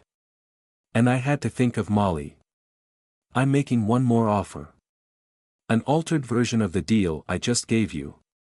I'm willing to do what I can to protect you against any of my grandmother's demons that happen to run rampant, and I'd still give you free rein to come after me. I'll protect an enemy, if my condition is met. Identify the person responsible for my cousin's death. This deal, obviously, is off the table if you did it. Cops in cop shows like to do the whole thing where they'd put two perps in different rooms and let them sweat over whether the other guy would turn them in. Maybe I was disarming myself, on a level, but I still didn't want to use the devils. If I could ratchet up the paranoia or turn them against one another, it was worth it. I took in the crowd. Now that the alarm was fading, my chance to see any more tells was gone. I could only lose out by standing up there any longer. I walked down the aisle, and I took my seat on the pew. Laird took his position at the front. He was still wearing the longer coat, hands in his pocket as he half sat on the stage or chancel or altar or whatever it was supposed to be called. Well, he said. Let's get this out of the way. Who's interested in taking the deal? Wait. What? Not seeing any raised hands, Laird said. It'll be good if we get this out of the way, before it gets messy. Negotiating here. Now. I'd hoped for more backstabbing, a little more chaos. Maggie, was it? You perked up when he made the offer. I sort of am, she called out, from beside me. She glanced at me, but she looked a little concerned. I've seen how things go bad, if you let them. And that was only goblins, I think. So how bad are these things? They're very bad, Laird said. There have been cases where small towns disappeared after one got loose. Outsiders were called in, the offending others were dealt with, and the areas were written off. One big symbol was drawn out in each area, to drive away the surviving locals and any visitors. They made some efforts to erase the areas from the books, and they became the towns you pass by on road trips, but never visit. Presentable when seen from a distance. When this happens in bigger cities, well, you can erase a great deal of evidence with a large enough fire or a natural disaster. That was a little more serious than anything I'd read about. I've seen something like that happen before, Maggie said. But it wasn't whatever you're talking about. Small spot, bit of a disaster, everything cleared out. Now there's an entire area of town people avoid. I believe many of us know what you're referring to. Well, why is this so much worse? That's a rhetorical question. I get that it's a big deal, from the way you're acting, and because I can sense that much. But I'm curious about the why and how. Let me help you understand. Many of us here have discussed options, with the Thorburn family in mind. We've grown up with this danger in mind. I've talked about it with my wife, Laird said. He paused for a second, glancing at his wife. I could see her move, her arm going around her children or relatives. 2 boys, 2 girls. Laird drew in a deep breath, then told Maggie, if it came down to it and Blake Thorburn sent something like that after my family, if I didn't have measures in place, or if I didn't feel my measures would hold, then I would use gun, knife, bludgeon, or whatever I had at my disposal to kill my family before that thing could reach them. Because I love my family too much to do otherwise. There was near silence, punctuated only by some sniggering from some of the things I took to be goblins. It's a big deal then, Maggie said. Why aren't you taking the offer? Because I do have measures that should be effective. I told Mr. Thorburn as much. Successfully managing this situation and ensuring that things progress smoothly means safeguarding the bit players. I have the means to protect myself. I can give some to the Duchamp family as a pre-wedding gift, if they're willing. If Crone Mara, you and the Woods girl take the deal, most of us are protected. Blake Thorburn is rendered impotent, or he makes a mistake and removes himself as a threat. And destroys us all. Mrs. Duchamp asked. That is something we can work on, but it's a risk nonetheless. Maggie sat back, propping one of her winter boots up against the bookholder on the back of the pew in front, where the Bibles and hymn sheets or whatevers were held. This sounds an awful lot like a trap. It is, Laird said. Primarily for Mr. Thorburn, removing all possible leverage he might hold. I feel the risk to you if you take the deal is far smaller than if you don't. But it's still a little trap for me. For us, Maggie said. And I'm betting that when all's said and done, you come out ahead. Yes. Alongside the Duchamps, in keeping with our alliance. But we're all better off, Mr. Thorburn accepted, and he would be largely removed as a threat. No. Drat that, Maggie said. Drat you. I'll do what I want. Her way of swearing seemed odd. It had in the vision where I'd first seen her, too. I felt a measure of relief and concern. She wasn't an ally, per se, but at least she wasn't playing Laird's game. Laird said, I thought I was being polite, including you. Johannes, Crone Mara, and the girl from the Glades, then. I seem to be your last pick among the local practitioners, Johannes said. When I craned my head to look, he was smirking. I'm mildly offended. Offended or not, are you interested? We might as well settle this now. I'll hear what the Briar girl and Mara have to say, before I make any decision. The Briar girl shifted position. She was plain, her hair a mess, with a twig stuck in the back somewhere. Her winter clothes were layered, a little scuffed at the edges of the sleeves and pant leg. She was wearing pajamas beneath the jeans. The spirit walked along the back of the pew with a coyote's legs, until it stood directly behind her, leaning in to whisper in her ear with a beaked mouth. When the house's occupants are gone, the woods and marshes there are mine, she said. In what sense? Laird asked. In every sense. I want it like Johannes has the north end. You want it uncontested as your domains, you mean. Yes. A bit too steep of a price, I suspect. You're not paying attention to the context of this situation. We need to drain the marshes to let the city expand, which is something we require to further all of our interests, yours included. I am paying attention. I don't care, the Briar girl said. The spirit's beak was partially open still by her ear, serrated with saw-like teeth. One of its large yellow eyes were fixated on Laird. The city will expand all the same, but it will expand slower. More expensive for you. It'll still get where you want it to get. When it does, I'll have all those woods and marshes. One way or another. I see. Then there's no use in asking the others, Laird said. I doubt I would have accepted, in any case, Johannes said. Just saying. I glanced at Mara. She sat alone, eyes fixed in front of her, hands in her lap, very still. Nobody had really talked to her yet. Did she say or do anything? Laird was nodding, frowning. My Rose has done what she aimed to, Porrick said. You've offended two of us, Eamon Behaim. Johannes and me both. I'm not Eamon, my name is Laird, Laird said. Porrick looked a touch annoyed at being corrected. Eamon, Laird, lame air hard, no matter.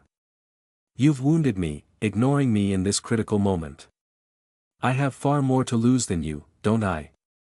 An immortal lifespan, against, what, 30 more of your years? 20 of your wife's. 62 of one daughter's, 51 of another, one of a son's life. Add them together for your family as they are now and you have, what? One of his companions I hadn't yet met said something under his breath. The numbers Porrick had given were eerily specific. Laird didn't even flinch, hearing them, didn't glance at his children. 807 years, for your extended family. Paltry, Porrick said. He made a face, in terms of the years I'm expected to live, I'm much more important. Yet you dismiss me. I'd planned to make offers to you and many of the remaining others, to ensure everyone was on stable footing before proceeding, Laird said. Well, Porrick said, leaning back, what would you offer? I'm going to be insulted if you don't make a good suggestion, now. Despite the fact that we're no longer negotiating. Exactly so. It's a question of my pride. How do you value my remaining lifespan, Behaim? I thought I might offer to talk to the queen that exiled you, and see if I could offer to make you a familiar to one of my grandchildren. I could fund him or her, so they could travel, freeing you from your imprisonment here for a time. She wouldn't accept, and the offer is weak at best, Porrick said. Putting the rest of my life at risk for a mere 40 or so years of mild adventure. Try again. I clenched my hands in my lap. Had I set Laird back, here? A small success. Your kind aren't in my realm of expertise. Sandra. I apologize for asking, but dash. That's cheating. I'm still asking. I'll try to make you a counteroffer. One of Laird's generations. Grandchildren, grandnieces and nephews, and the children of his cousins. That has the unfortunate consequence of ending his line. Porrick smiled. I could return them, more or less in one piece. Let them age up to 20 or so, educate them. It would be novel, and if we kept some in reserve and staggered out when and how we returned them, we could amuse ourselves for hundreds of years. I see, Sandra Duchamp said. Here's my counteroffer, what if I offered a messenger? The queen won't listen, Porrick said, sighing. To other banished fairy, in other cities and towns. Until our family line ends or the queen is replaced and the court dynamic changes up once again. Springtime, Porrick said. That would have been a good offer. Paved the way for an insurrection of sorts. Perhaps, Sandra Duchamp said. That would be dangerous for my family. I was thinking of maintaining some connection to the courts, in a peripheral manner. Nonetheless, I'm pacified. I no longer feel slighted.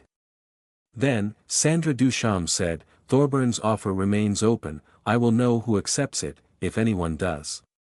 Let's set that matter aside so we're free to move on. The murder of Molly Walker. Laird responded without standing, it's largely under wraps. The investigation will hit a dead end on its own. Any assistance needed? No. I'll keep an eye on things. Good, Sandra said. It seemed like she was leading things, now. Was leadership exchanged so easily? In terms of more mundane business, Toronto is currently in the dark.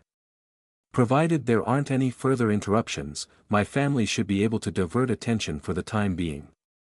I've had a short discussion with the Lord of Ottawa, and she is on board, keeping her subservience at bay. The smaller towns in the GTA? The Briar girl asked. Stable, expressing no interest and exerting no pressure. I see only 3 or 4 individuals or groups that might make an active play, and they are doing no such thing. The remainder would sell us out to Toronto's Lord or try to sell us out to Ottawa and inform us. For the time being, we're the only individuals in play, here. There were nods all around. I saw some of the others leaving.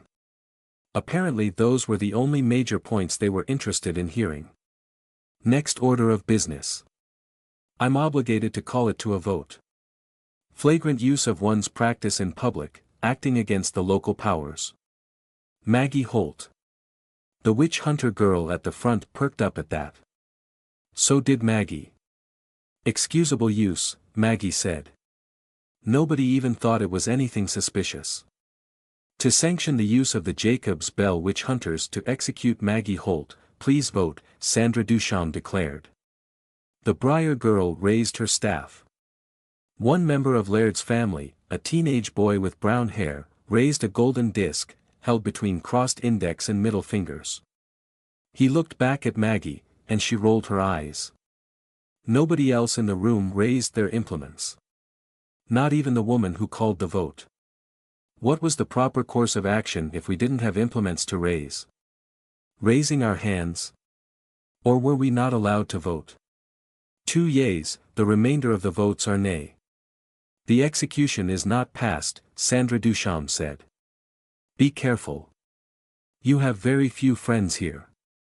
When we're not following so soon after one execution, we may prove more willing to vote against you. I saw Maggie sit back a little. She was a little relieved, or she'd hidden the tension well. The discussion continued, along the same lines. Outside players, minor internal disputes over who was doing what, and all of the other details that went into maintaining the balance of power. And with that, the meeting is called to order, Laird Behaim said. He'd taken over again when Sandra's voice had started to give out. He opened his pocket watch. 7:44. That seemed to be the end of it. The remaining crowd picked up and got ready to leave, pulling on winter clothes, gathering implements and tools. I was among them, getting my jacket on before pulling on the backpack of weapons and tools. Many of the others were gone. Most of the ones who remained were still human in appearance. Nobody seemed interested in talking to me, so I made my way outside. Not exactly the result you wanted, Rose murmured, as we passed outside. The mirror was still sticking out of the top of my backpack. Not a bad result either, I said. Do you object? Bad plan? No. I would have liked more time to consider it, but there are worse ideas. What was with that bit at the end? You won't use devils to attack someone, but they can attack you. I nodded. I needed some incentive. I didn't have time to stand there thinking about it, so I went with the most obvious thing. Right. Well. Thoughts? Getting home, seeing if anyone expresses interest, get more reading done. Shopping. Food. Stores close in 12 minutes, and I don't want to dally.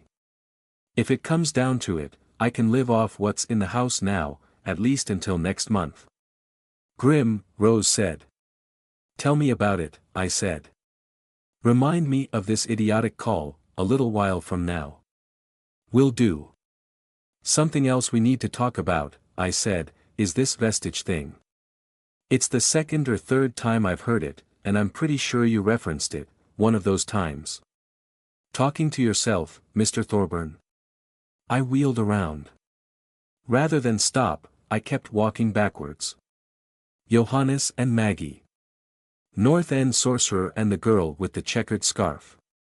And, I had to note, a small contingent of goblins. The dog walked alongside Johannes, through slush and snow, the long hair not getting wet or dirty. Johannes wore a white coat, and it was pristine. Maggie, by contrast, had specks and spots of grey-brown grime on her leggings, with circles of wet spreading around them. Her skirt and hair blew around in the wind, and she hunched over, hands jammed in her pockets, as she trudged on. Most of the goblins were children, paying very little attention to us as they hopped onto nearby cars or walls. 2 were large. Gorilla-like things, ugly as hell, stark naked, their faces bent in permanent scowls. A childlike goblin jumped on the shoulders of one of the larger ones. A moment later, it was seized and smashed against the nearest light post. "I'm talking to my companion," I said. "Might as well admit it." "Yes.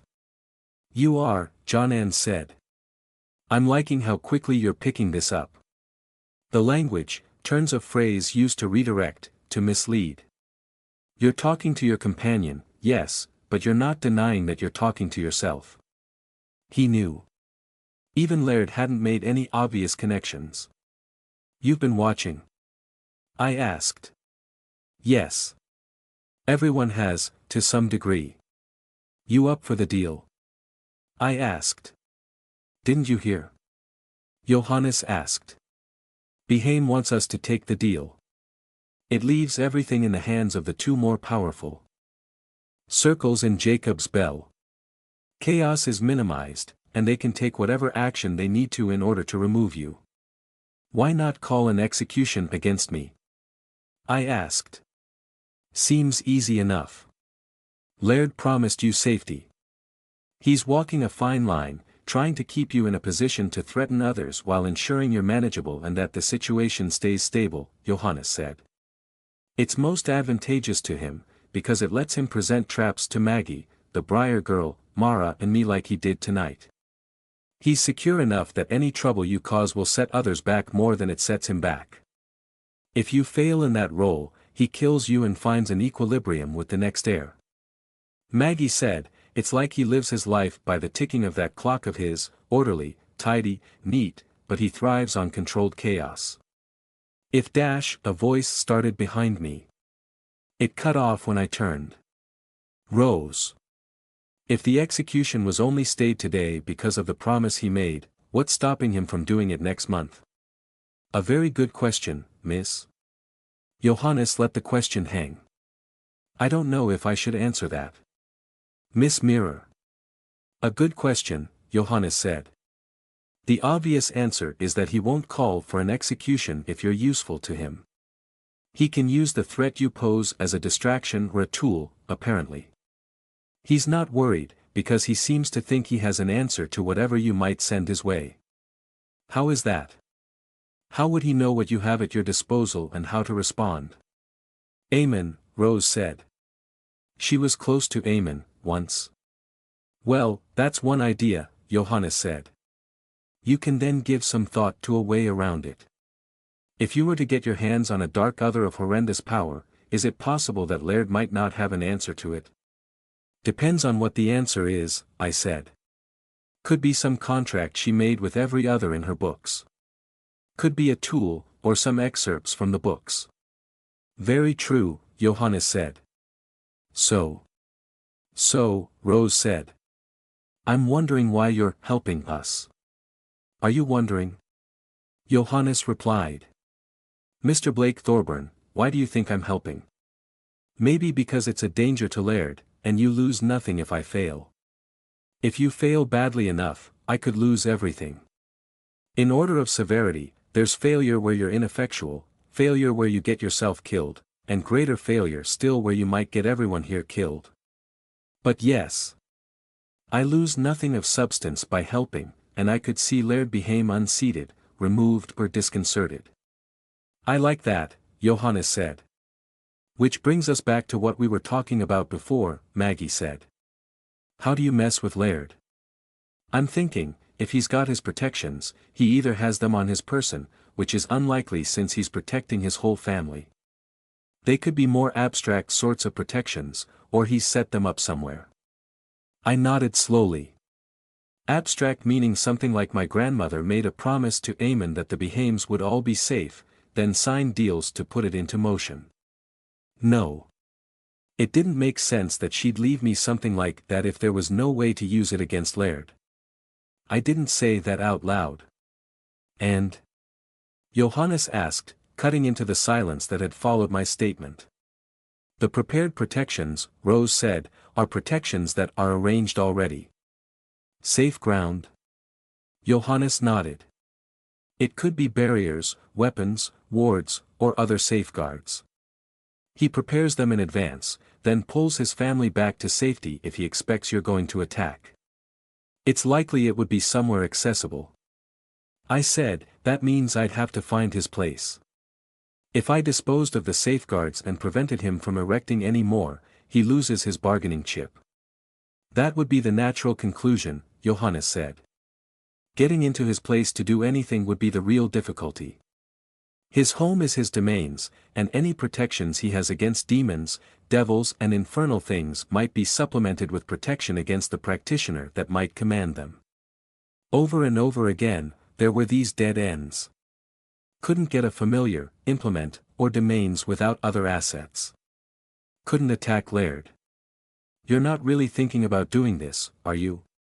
Rose asked. Asked me. No, I said. I don't think it's doable. I don't either, Johannes said. Returning us to the question of how you protect yourself. From a vote of execution or otherwise. You most likely can't scare him into submission, you won't be able to maintain the balance he wants indefinitely. Which would only be delaying the inevitable, by the by. That leaves you two options, as I see it. He had a tone to his voice. As though he was waiting for me to ask what those options were. Why? I'd ask and he would. You want payment, in exchange for you sharing what those options are? I asked. Or you can name them yourself. I'm not picky, he said. We walked on in silence, boots squeaking and crunching in the snow. When we first saw you, you offered help. For a price, Rose said. That's one of the two options, Johannes said. I'm suspicious that any price I ask would be minor at best, compared to what you'd have to pay one of Rose Thorburn's other acquaintances. If you know what I mean. There was a moment of silence as we considered. Johannes seemed content to enjoy the silence. Maggie was quiet in general. I asked, they're both allied against me. The Behames Circle and Dusham Coven. Most likely. They're united by the marriage that is coming to pass. It makes them powerful. Not as powerful as me, but powerful. I nodded. And I can't stop the marriage. Split them apart.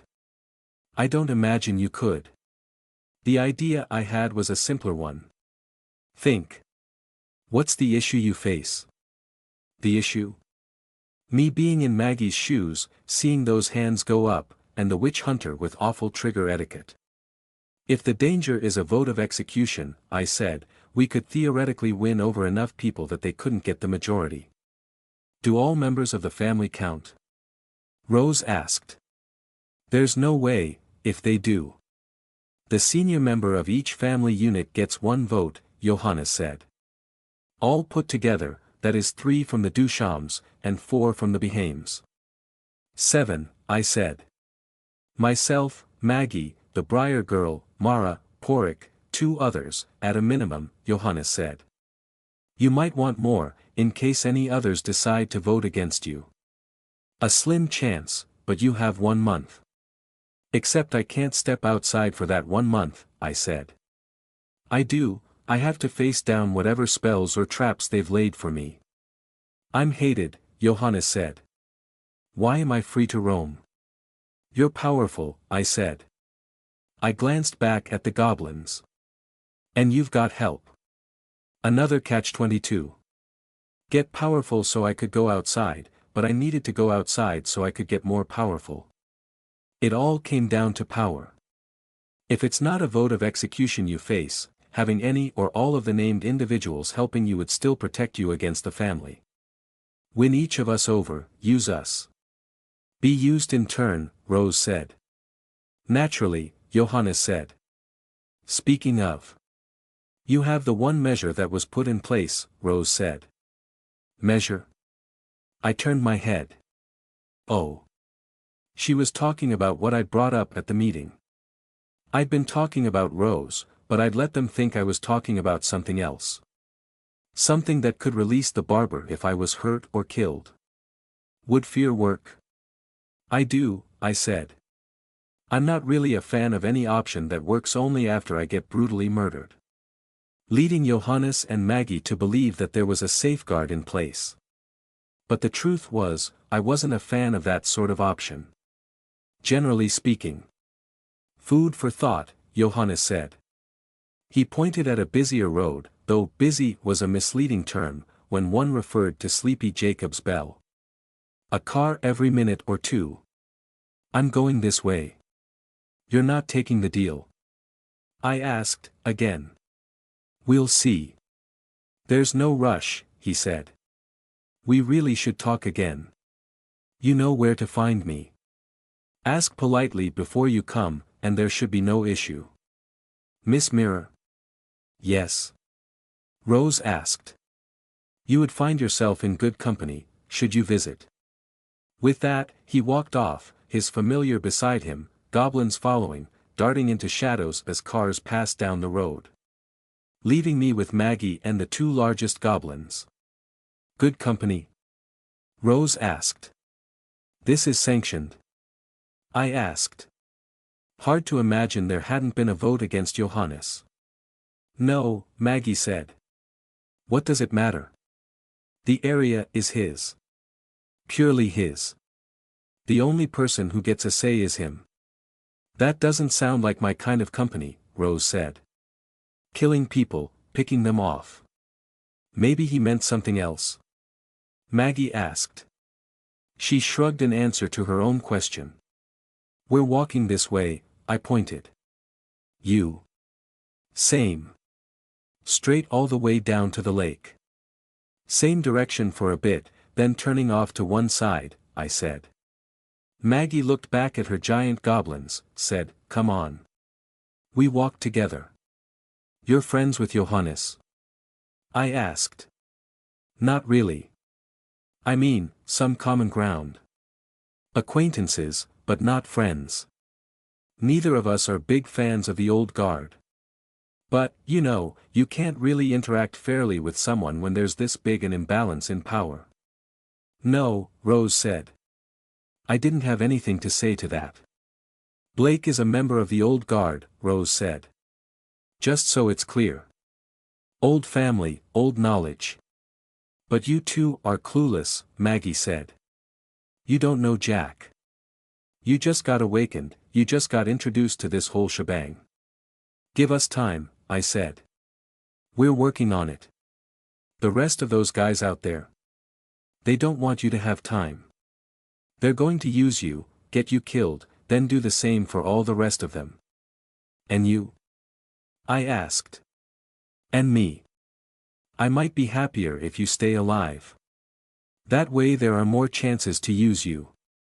I don't get much from offing you. Bit of a boost in raw power. But that only puts the grand kibosh on all of this.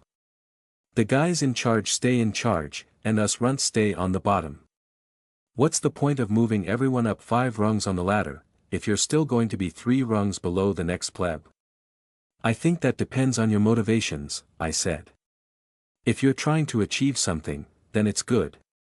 If you want power for power's sake, then no, it doesn't help. We had reached the street I turned off at. I stopped, and Maggie stopped too. What do you want? She asked. I thought back to the oath I'd made while awakening. Freedom, safety, I want to help my family, past, present and future. I want to help my companion here. Yeah. Maggie asked. Huh. What do you want? Rose asked. I can't put it to words. I feel dumb if I say it out loud. But power helps everything. Knowledge is power. I want knowledge and power. Where'd you get knowledge in the first place? I asked. She reached for her bag, rifled inside, and retrieved a small binder. All here, she said. She hugged it against her stomach with both hands. The way pages stuck out, how some of them seemed like newspaper, some like printer paper, and some clearly lined, it seemed more like a scrapbook than what it really was. A tome, a spell book. Where'd you get that? I asked. Or how did you make it?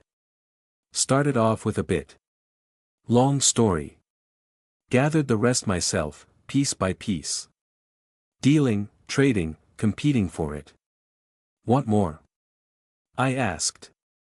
She raised an eyebrow. I've got a whole library of books, I said. But I need help.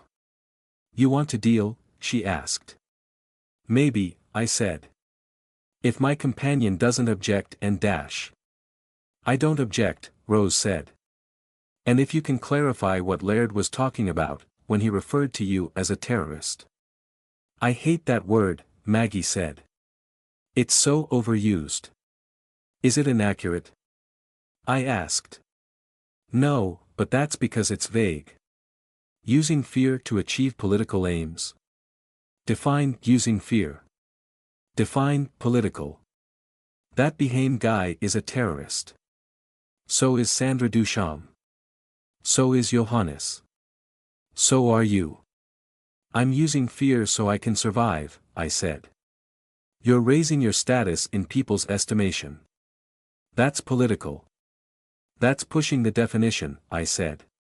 So is Laird. You want my answer, on why he'd call me that? There you go. I frowned. What? Maggie asked. It's the only real answer I can think of. I need more information before I can make a call, I said. But I'm going to get back. There are still hours of safety, Maggie said. There are. But my bag is getting pretty heavy, and I'm not sure I trust the general definition of hours, with Laird around, or the definition of safety, with, well, just about anyone I've met here. You're leaving me hanging? Maggie asked. If I could say anything crude, I'd say it now. I can't even allude to it. Blue. You're leaving me blue. Sad?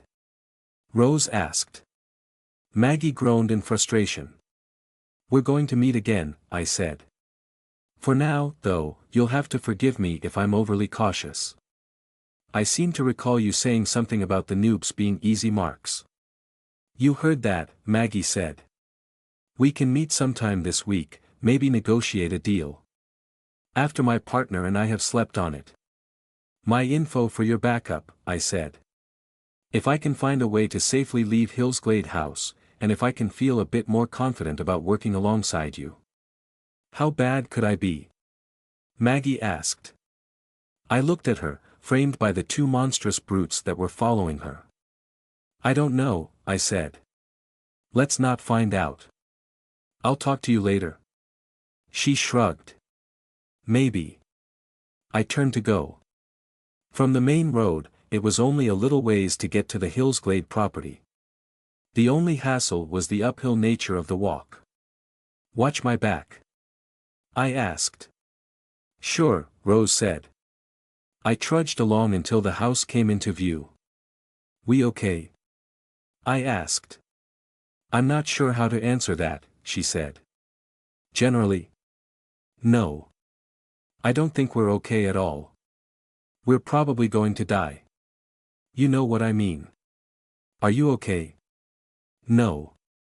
Am I okay? No. Now you're intentionally misunderstanding me, I said. I added a quick, I think. I am. Are we okay as a pair? No. We aren't. Okay, I said. I get that. The mirrors are nice. I appreciate the mirrors. Good, I said. But we're still not in a good place.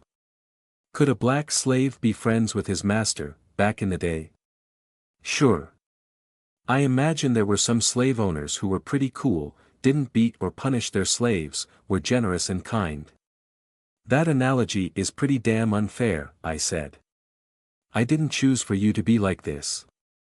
Child of the slave owner, then. I would have reminded her that she was supposedly playing ball. At the same time, I was glad she was arguing with me. It beat the utter defeat she'd showed me earlier. I want to do what I can to free you from your prison, my metaphorical slave, I said. I swore it when I did the ritual, just like I told Maggie, back there. Rose was quiet, now. I didn't hear a response from the mirror. What was that bit, before, about vestiges? I asked. We were interrupted, she said, quiet. What was it? I asked her, again. I didn't want to get distracted from the topic. Vestiges. They're like shadows. A simulacrum is an effective double of another individual, a near-perfect simulation. You've got doppelgangers, others that copy a person's appearance, hiding inside a simulacrum. A reflection of a person, but with something different and frequently malevolent at the core. Erasing a person so they can take over their lives. Usually ending in disaster and murder. Sure, I said. There are glamours and illusions. Images, but little more than that. Living, alive, pretendings. Ghosts, which are usually emotional or mental impressions made on the world. Trauma, powerful ideas, they leave something behind, that you see out of the corner of your eye. Tied to some glimmer of the person that was, at the time of death, twisted by time and a degrading memory of their self. And vestiges? I asked. Fit somewhere in the middle. A flawed simulacrum, or a ghost that left a deep enough impression in reality that you can use that impression as a mold. Memories, complex thought, they're flexible. There's a book on vestiges in the library. They're interesting to work with because they can be altered. Strong enough that you can mold them, without them being too rigid. Molded? I asked. As in changing a gender? Memories? Exactly, Rose said. You know what you are, then. Not even a copy. You want to know the reason for my big turnaround? Why I'm accepting my fate as a tool. That's it. I know what I am now. I know the built-in limitations. Limitations? Read the book, she said, from the mirror. I don't want to talk about it. I had an ugly idea of what she was referring to. Rose, I said. I don't want to talk about it, she said. Later, Blake. I wanted to ask about Dash, I said. But something told me she wasn't there. Except for the crunching of my boots, there was only silence. She was gone. I made my way up the driveway. Once safely inside, I locked the door, checked the windows, and then headed for the library. I didn't see Rose in any of the mirrors. I searched the shelves until I found the book she'd been talking about. Vestige, Glimmers and Gasps. The title only reaffirmed the ugly feeling I had in my gut. I scanned the table of contents. The title of one chapter pretty much gave it away. Duration. I read the entire chapter, first leaning against the railing, book in hand. Then I read some sitting cross-legged on the floor. Vestiges were flexible, like Rose had said. They could be molded. But vestiges were impermanent. Sand castles. Given time, given external pressures, they started to degrade. Over time, the degradation got worse, to the point that it took more and more effort and energy to keep them intact. What was the power source that was driving her? How much time did she have? I finished the chapter, then closed the book. The cover had a silver image of half a mask, pressed into the leather. The other half of the mask was black, without any eye, nose, or mouth. Half real, half shadow. When I looked up, my eyes roving over the room, I saw Rose in the mirror, sitting in the chair at the desk. I joined her on the lower floor, book still in hand. Next on my reading list. Before we left for the meeting, I thought you said there wasn't a book to explain you, I said. I said there wasn't a book to explain why grandmother summoned me. Ah. Why didn't you say any of this before? Because you were focused on the meeting. Because there were two ways this could really go. You'd either get upset or distracted, and that would throw you off your game, or you wouldn't, and that would throw me off mine. If it helps, I said, I'm feeling pretty off my game. I feel pretty horrible. Yeah. Well, now we're more on the same page, she said. Question is, what do we do about it? Can I just spend a minute or 10 feeling like a shitheel? I asked. You can, but we'll need to figure something out after that.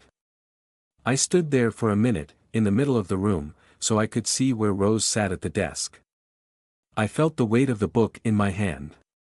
I'm here for a purpose, Blake, Rose said. And I'm only here for a little while. We need to figure out what that purpose is. Again, looking at her, I could see her withdrawing, a trace of anger in her expression. As if me speaking out on her behalf was somehow worse than me being a jerk. I didn't get it. What, then? She asked. She was managing to hide the expression, now. What do you do, if you're so bent on helping me? Like Maggie said, knowledge and power. They're one and the same, and they go a long way. Let's figure something out. I don't need rescue, Blake. You do, I thought. But I said, entirely honest, I need help. I meant it, and I need your help above all else. I'm going to do what I can to keep you around. That's just selfish enough, I can believe it, she said. Good, I said. So, let's talk strategies. Strategy? Tell me how this sounds. If you like the idea, we're going to hit the books, and we're going to make sure it won't come back to bite us in the ass. Dear Mr. RCMP officer, you should know that Laird Behame was at a function at the church last night. He has admitted in earshot of several people that he knows something about who murdered Molly Walker and how. There are 100 ways that could bite us in the ass. We'll double-check each one, I said. What are they going to do? Try to kill us more. He wants to use us as leverage. We throw something other than horrifying hellbeasts his way. Question is, what do you think? I think it's something. Provided we double-check the rules, make sure we're not getting ourselves executed. You want to attack his position? Throw him for a bit of a loop, I said. We can build on it. Get some people pulled in for questioning. Put them on the spot, see how they do when they're interrogated and can't lie. Kids, Rose said. Get the kids in that interrogation room somehow. They won't be as savvy. They'll let something slip. I thought of how the Behame kids had done a poor job of concealing their fear and surprise. It's dirty, I said. I smiled some. Dirty is good. 2 more books for our reading list, Rose said. I groaned a little, grabbing one of the fancy fountain pens from my grandmother's desk. It was still dark outside. It's too early for this. You wanted to go on the offensive while he was otherwise occupied. While Laird was sleeping. Right. Titles. Title is standards, subtitle is A History of Practices for Dealings Between the Gifted. Which shelf? Bookshelf 7, shelf 5. I looked at the sheet I had sitting beside me. I'd drawn out 2 octagons, with numbers at each side, excepting the sides that opened out into the 2nd and 3rd floor hallways. I identified bookshelf 7, looked, and was pretty sure I could see the book she'd mentioned. I wrote it down. Standards. Sounds like a thrilling read. The second book, bookshelf 6, bottom shelf, right at the bottom, we've got Deaths in the Eastern Realm of the White-Tailed Deer. Not sure I follow, I said, even as I wrote the name and location of the second book down. I put the paper and pen down beside the folded letter Rose and I had written the previous night. It's not about deer. It's about the general area. A straight list of practitioner deaths, times of death, and causes of death since we settled in the New World. It's only as recent as 2011, but I think it covers a list of executions and reasons for execution. You can skim it for the executions and see if there are any trends. Me? I asked. What? I glanced at Rose. Me? You said, you can skim. You usually say we instead of you, unless we're arguing. You're assuming I'm reading this list of deaths. I'm going to get started on standards, since you're already looking through what was it. I double-checked the cover of the book that now lay across my lap. Prominent feuds. Right. You're reading that. I'll start on standards, you get started on the dear book when you're done reading what you're reading. I'm already pretty fed up with all this. How long is this death ledger? Long. But like I said, you can skim down the one column. Will you go over it? I craned my neck, but I couldn't see the bottom shelf on the floor above us. Can you show me? There was a pause. I could. I turned to look at Rose in the mirror. Please. She sighed. It's too heavy to lift. You were trying to con me, I said. Trying to get me to commit to reading over some ridiculously huge tome. I was. Just a little. She managed to look suitably guilty, all things considered. Damn it, Rose, I said, but I couldn't help smiling, but I wasn't exactly amused, either. She'd almost gotten me. We can't mess with each other when we're so busy watching our backs against everyone else. I really don't want to have to read all of that thing, she said. And I thought it would be a little funny. There isn't anything here I want to read, I said. I tossed Prominent Feuds to the floor. This plan isn't working. We'll find something, Rose said. We haven't found anything that gives us an exact answer, I said. We probably won't. Nothing modern. All research does is eliminate possibilities. We get through all of these books, read them backwards and forwards, and we'll be able to say that we probably aren't breaking the rules and getting ourselves executed if we mess with Laird's job and family. Not definitely. Just probably. Local powers probably like leaving people a little uncertain, Rose said. Well, it works. We could ask someone. Which is probably how everyone else figures it out. They attend meetings and sit back and they figure out what they can do and what they can't do. Unless the entire town wants to murder you, I said. Kind of throws a wrench in the whole ask a friend option. Yeah. Which raises the question. Who do we ask? Rose dragged the chair on her side over to a spot beside the mirror, so we could see each other. Maggie? I don't trust Maggie. I'm not sure I wholly distrust her either, but I get the feeling that if she could profit from misleading us, she would. If you're being that selective about our allies, we're going to be very lonely, Rose said. I sighed. Maybe. The lawyers? I nodded slowly, doing my utmost to avoid rejecting the idea out of hand. Maybe. I don't like it. I don't either. But they're there, and we do need to talk to them sooner than later. You need the allowance if you're going to pay for what we need, and we have questions they could answer. Yeah, I said. Which brings me to my next set of questions.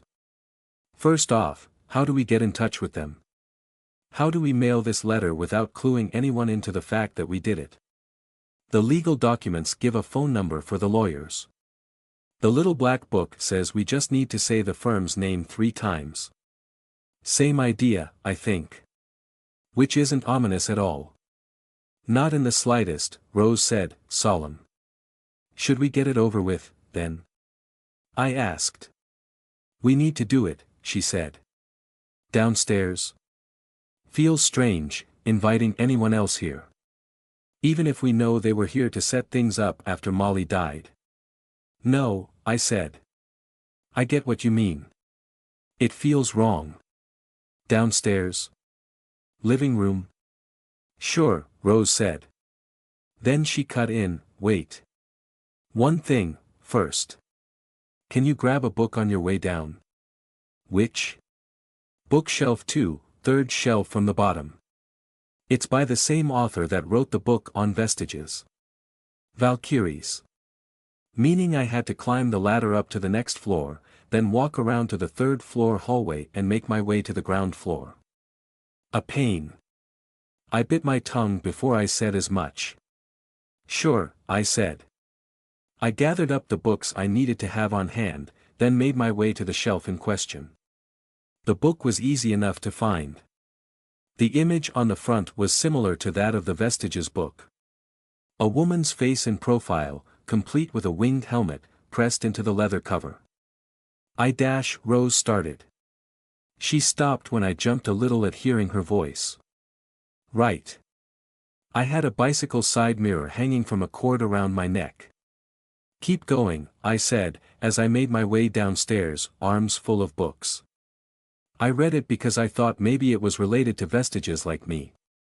And it is. But this one focuses on ghosts too, on historical elements, and some more practical applications. You've got practitioners who specialize 100% on ghosts and vestiges. A kind of necromancy. Death magic. Right. In this case, you've got practitioners convincing warriors, usually dying soldiers, that there's an amazing afterlife of parties and respect for their deeds waiting for them, so the warriors agree to give up their spirits after death. Use that agreement to help make a vestige or create a ghost, a representation of their skills or their knowledge, their strength, whatever else, and imbue all of that into a vessel. Do you want to be imbued into a vessel? I asked. No. That would be worse than being inside these mirrors. Not moving ever. Right, I said. But I like the concept. I like the author. The book talks about working with ghosts being an option for a practitioner without many resources, in an area where practitioners have already taken hold of everything worth holding, or where the Lord forbids certain practices. You take a ghost, you imbue an object, and you've got a magical item? I asked. A tool, yes. I don't think every other in Jacob's Bell is beholden to one practitioner or another, and we don't really have a lord here dictating rules, but in our situation, we don't have a lot of options. So we use ghosts? I asked. We can. They can be violent, but that's only a small subsection of the categories they fall into. We know how to protect ourselves. And what makes ghosts easier to contact than any of the others? Those woods behind this house. The marshes. All grandmother's property. Ghosts, like any vestige, don't hold up that much to poking and prodding. They're remnants of horrible or inspiring events. Psychic impressions, right? So you said, last night, I told her. They function best in enclosed spaces, especially any enclosed spaces they have connections to. Houses with bodies still in them, lurking near their murder weapons, and so on. But that's not the key bit. They also function in places with very few humans to mess with them. The wilderness. The woods and marshes, I said. Exactly. There aren't many places where you find intact ghosts, and they aren't really sought after, because they're unreliable to work with and they tend to burn out if you draw on them for power. Like a vestige does. Too much expenditure for minimal gains. So we're supposed to go looking for them in the woods, a good distance from this sanctuary? Put life and limb at risk, for a minimal gain. We could. Or maybe grandmother has a book where she wrote down notable ghosts and their locations. We call them to us, instead of going their way. I stopped midway down the staircase.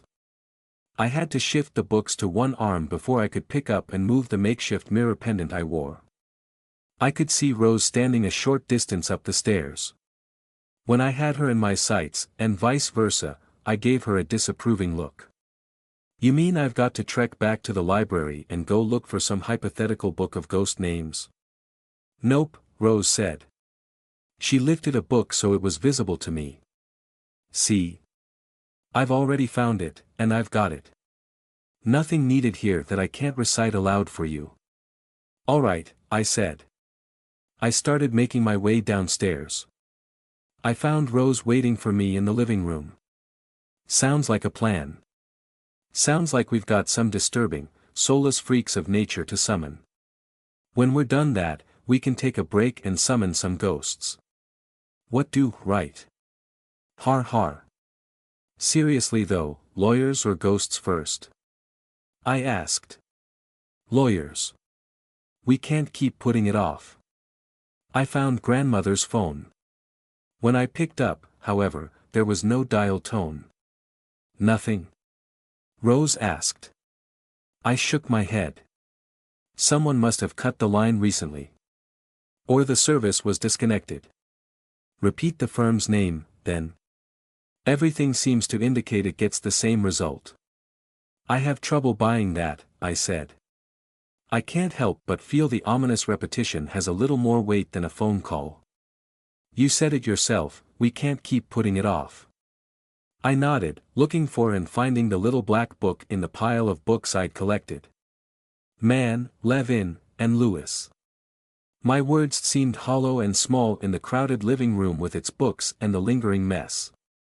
Man, Levin, and Lewis. My eyes roved around the room, looking for some sign that something was happening. Man, Levin, and Lewis. The third utterance. We stood there, quiet, waiting for a response. I couldn't shake the notion that the moment I relaxed and heaved a sigh of relief, there would be a knock on the door to startle me, a ring of the phone. But I did relax, after a few minutes, and there was no knock. Nothing? Rose asked. I shook my head. Maybe I have to be outside. They came in from outside once already. The lawyers are the only ones this house doesn't protect against. Them and the witch hunters. I frowned. There's no rush, Blake. We find another way to contact them, or we keep researching, and we figure out if it's safe to send this letter. There is a rush, I answered. If we don't do this soon, they're going to figure out a trick to throw at us. A way to get us out of the house, like they got Molly, or the witch hunters, or something else. What if they come after us and there isn't an opportunity to do anything like this for days or weeks? The whole idea is that we're taking the offensive, to put them on the defensive and distract them to buy ourselves some breathing room. Okay, no, I don't disagree. I'm fine with going on the offense, so long as we're smart about it. I nodded. I placed my hand down on the Valkyrie tome. Since lawyers are off the table, and I'm done with the research for now, you're thinking ghosts, then? Equipping ourselves, experimenting. This is smart. I hope so. We're going to have to go outside if we're going to call one and trap it. Grab salt on the way. I nodded. Okay. Okay on the ghosts, and okay on the salt. I'm open to this. She nodded. I saw a glimmer of that doubt and anger in her expression, but she said, thank you. I grabbed my winter stuff, the hatchet and bat, then picked up a box of salt from the kitchen. I passed under the stairs to the back of the house, pulling on the coat and gloves as I went, and stepped outside. It was still in the early hours of dawn. The sun had only just started rising, and it was dark. I'd slept, then woken up early in the hopes of catching Laird off guard, while he was deep in sleep. If anyone was watching for connections while they were awake, then this was the hour to act. Hillsglade House was situated on a hill, naturally, but the hill wasn't a single round hump. There was a tail, and the tail disappeared into a sparse tree cover that gradually got thicker as it got further away from the house. It put me in mind of my fight to escape the birdskull things. Disappearing into the trees, getting turned around, not being sure of where to go. The back porch was covered in snow, grit, and piles of leaves that hadn't quite been cleared. Snow had piled up around a short wall that enclosed the area.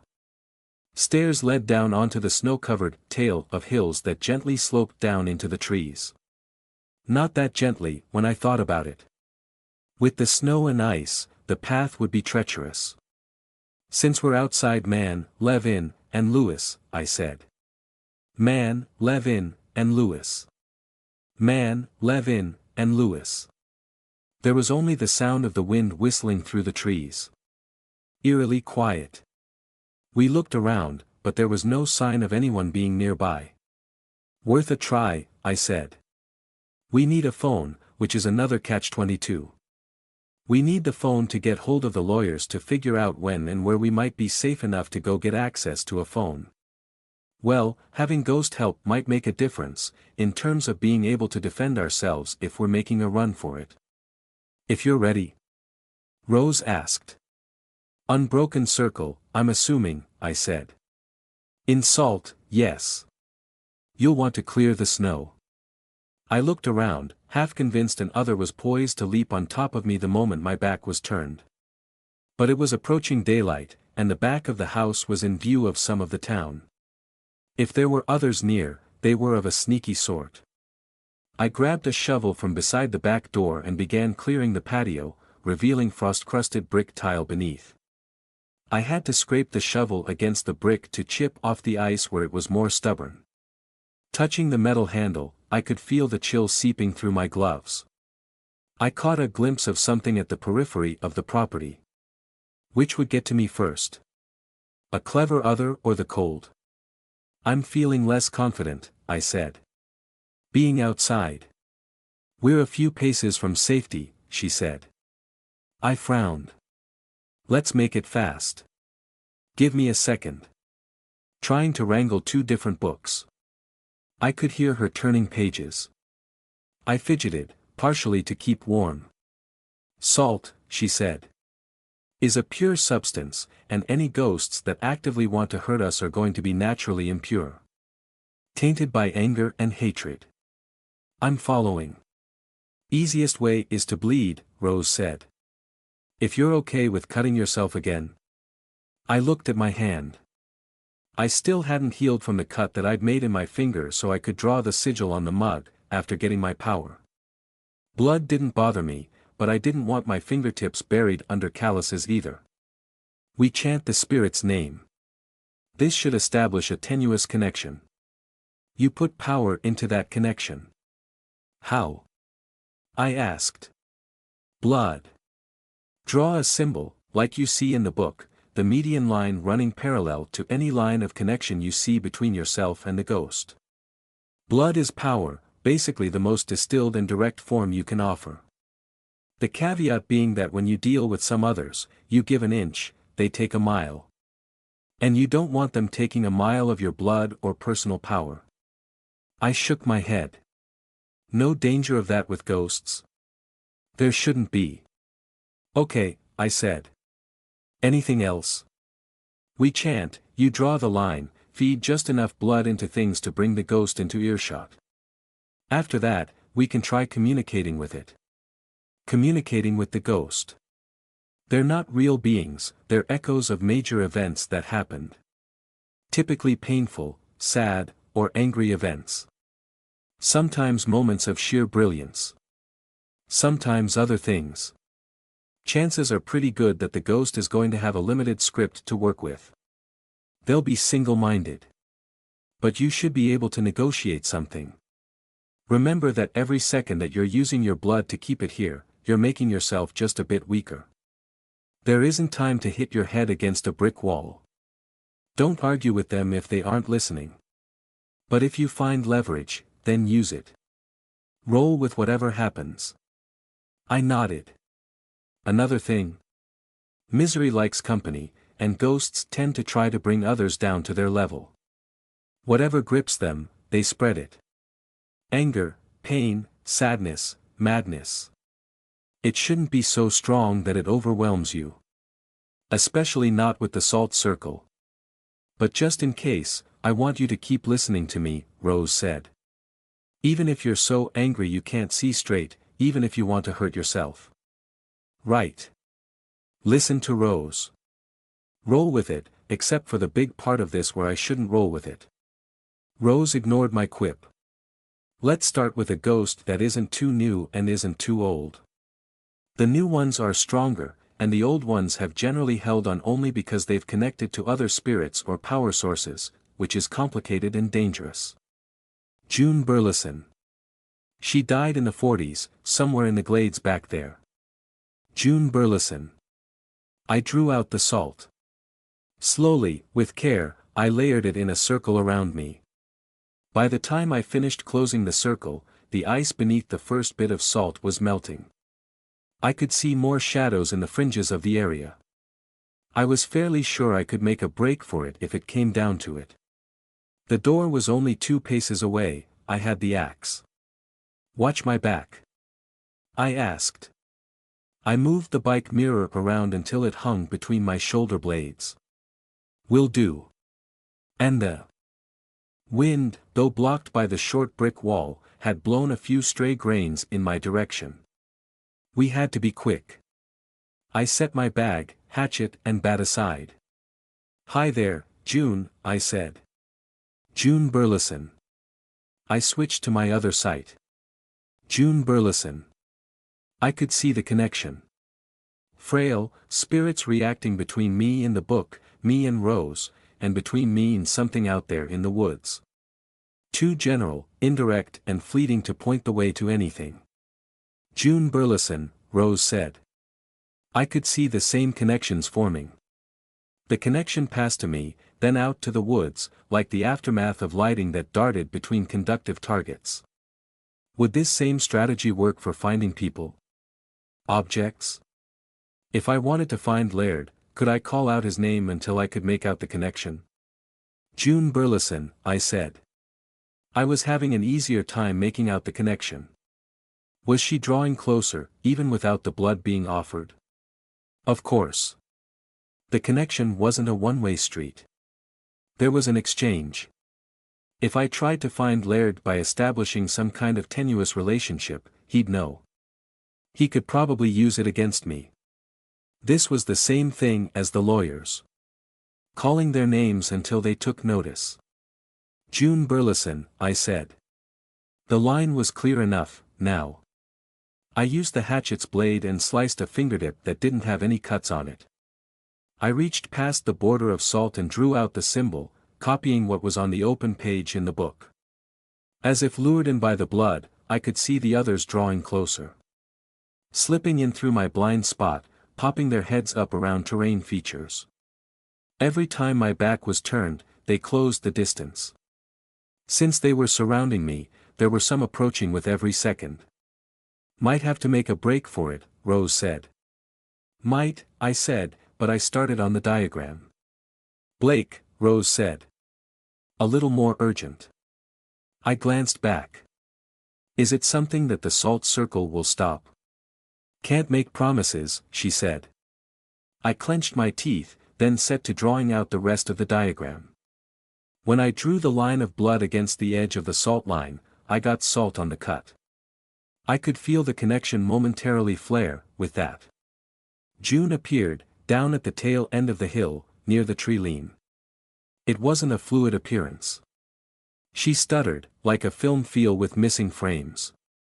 Her movements were jerky, following the same repeated pattern, as she crawled towards me, clawing in the snow for purchase as she pulled herself forward with one hand and pushed herself another foot or two with one foot. She was half-dressed, her clothing old-fashioned.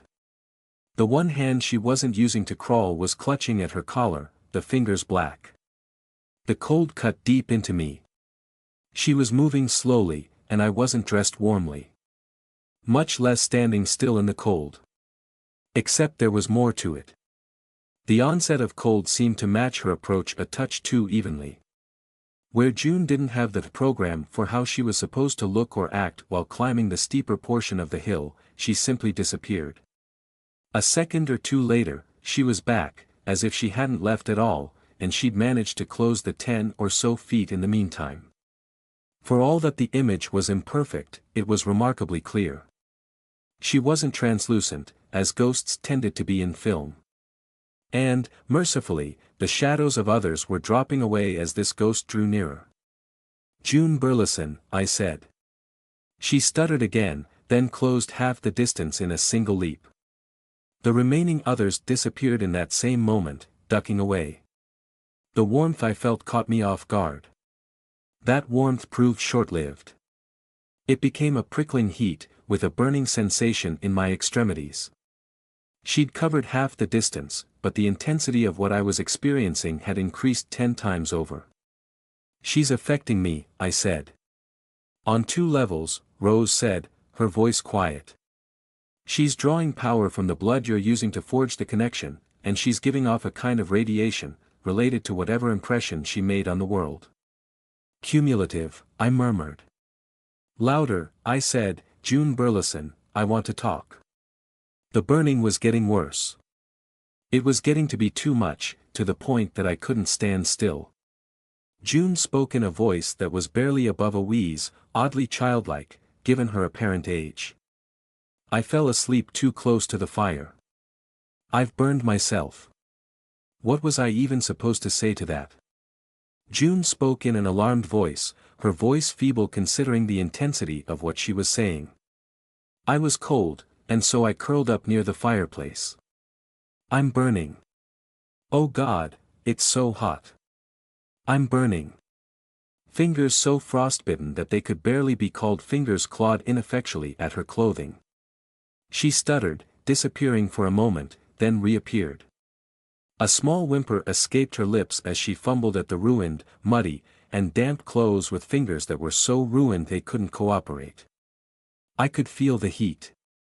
Worse with every passing second. I stopped myself. I'd almost said, "It is hot." But that could have been a lie.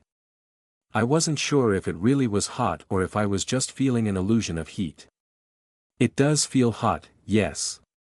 As if my words were a kind of fuel, the heat increased a fraction. "Make it stop. I'm done with this." "Make it stop," she said. Her words did the same, ratcheting up the heat. "Rose," I murmured. My voice was a touch hoarse. "I don't know if I'm up for this." "If it gets to be too much," Rose said, "break the line of blood. You can also dash salt on her. It ends the moment you do." June Burleson screamed, sudden, disappearing in one moment and reappearing in the next. I might have called her movements thrashing, but they were too feeble. She was playing a different image for me, one of her in the throes of helpless agony. I realized I was screaming, too, at the wave of heat that rushed past me. The screaming only seemed to make it worse. When she started flickering and disappearing again, I had a moment's relief. The pain didn't linger in the slightest, though the pounding of my heart did. I was left cold, instead. "Blake." I shook my head a little. It was Rose talking to me, I reminded myself. "Get answers. Open a dialogue," Rose said. "June," I managed, panting for breath after the screaming. I tried to stay calm, even as speaking her name seemed to fan the fires. But June wasn't responding. Rose tried, instead. "June Burleson. Do you remember what happened before you went to sleep by the fire?" Abruptly, she was standing. Hugging her body with her arms. Her injuries had taken a leap backwards in severity, and her clothes were more intact. I experienced a wave of cold emanating from her instead. It didn't make the memory of the fire I'd experienced any better. Rose spoke. "Do you remember? What happened before you went to sleep?" "I've been left outside in the woods. I fought with my husband, and I demanded he let me out by the side of the road. I couldn't be in the car with him any longer. Now I have to walk home." "It's cold, isn't it?" Rose asked. "It's so very cold," June agreed. "Do you fight often?" Rose asked. "Yes." Nobody agreed with the idea, but I married him. They were right, I was wrong. Soon, I'm sure I'll pick up the courage and admit it to my mother and father. It is shameful, but I don't want to fight all the time. "Did he hurt you?" Rose asked. "No. But we fight so much. We're so different. It's so cold." "It is," Rose said. She wobbled, then fell to her hands and knees. There was a stutter, and the injuries were worse. Fingers devoured by frostbite. I'm almost home. I can't walk anymore, but I can crawl. The cold was starting to get to me. Enough that I wondered if I risked frostbite myself. How much was she taking through this blood connection? Was Rose wrong? Was a ghost capable of taking this much from me? Did it have something to do with getting salt in the wound? Was the circle compromised? Or, the idea dawned on me, am I already being drained by another source? When I thought of what other sources might be out there, the only thing that sprung to mind was Rose. Stay focused, Blake, Rose said. Momentarily, I wondered if she was reading my mind, answering the thought. But it didn't fit. It's cold, you're almost home, I said.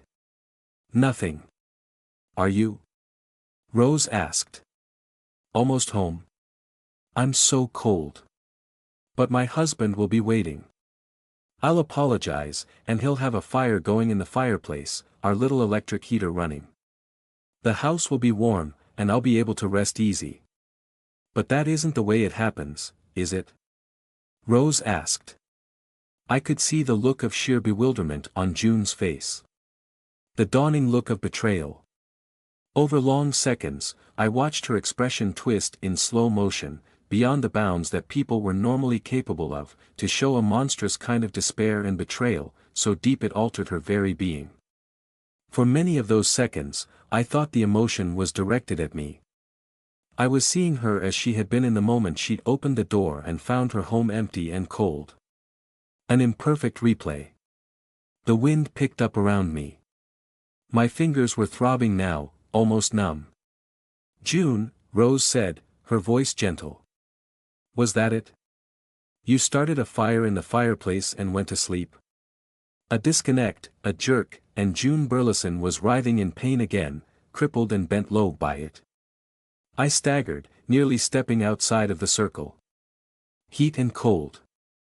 But why the disconnect? Why wasn't the narrative more complete? Did it only include the moments she was awake? I flexed my numbed fingers.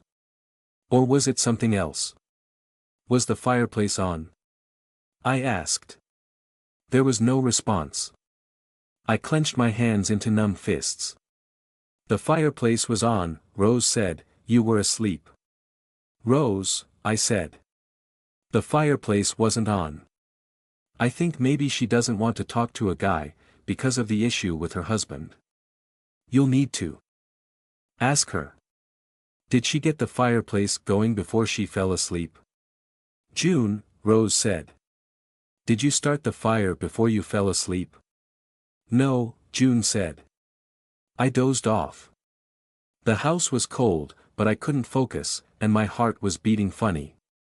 And, I said, all the blood that your body withdrew from your extremities went rushing back, trying to rescue them. A sudden, painful warmth. But she didn't hear me. Not really. What are you talking about?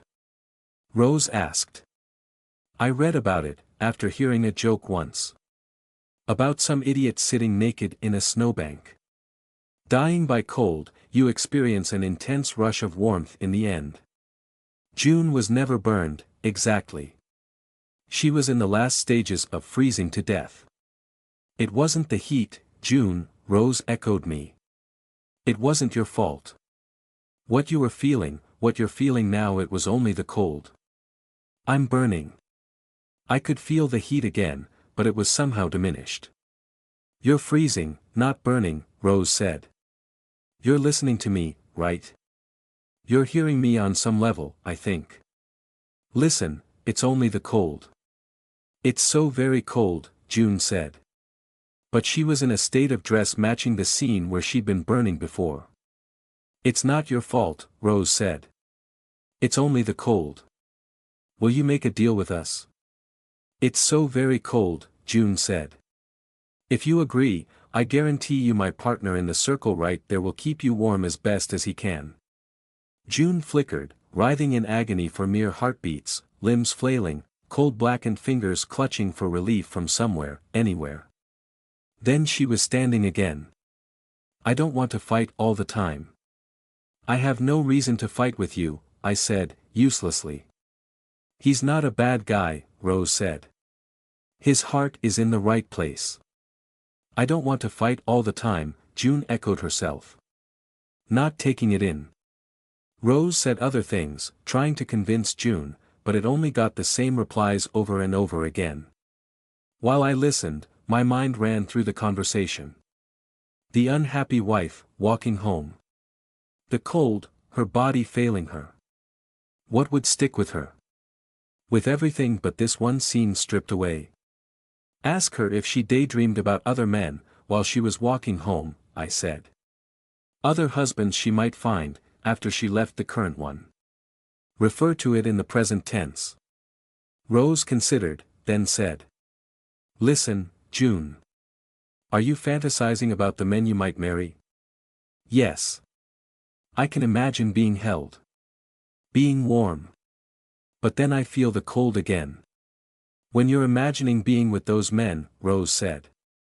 Do you imagine you're fighting all the time? No. I can imagine being held. Being warm. If you agree to help, my friend can hold you. Keep you warm. And you don't have to fight all the time. There was no reply. June was only standing there, flickering. I wasn't feeling any cold except the ordinary cold of winter. My heart was pounding, my hands throbbing. I stepped beyond the bounds of the circle. Still, I didn't feel the cold.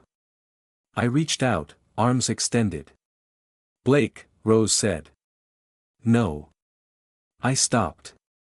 If you do that, you might resolve the dilemma, cancel out the impression. She isn't aware enough to fight against that and keep her end of the bargain by helping us. What's the alternative? I asked. The alternative is giving her a vessel to reside in. You can fulfill the bargain. Keep that vessel warm, and she helps us.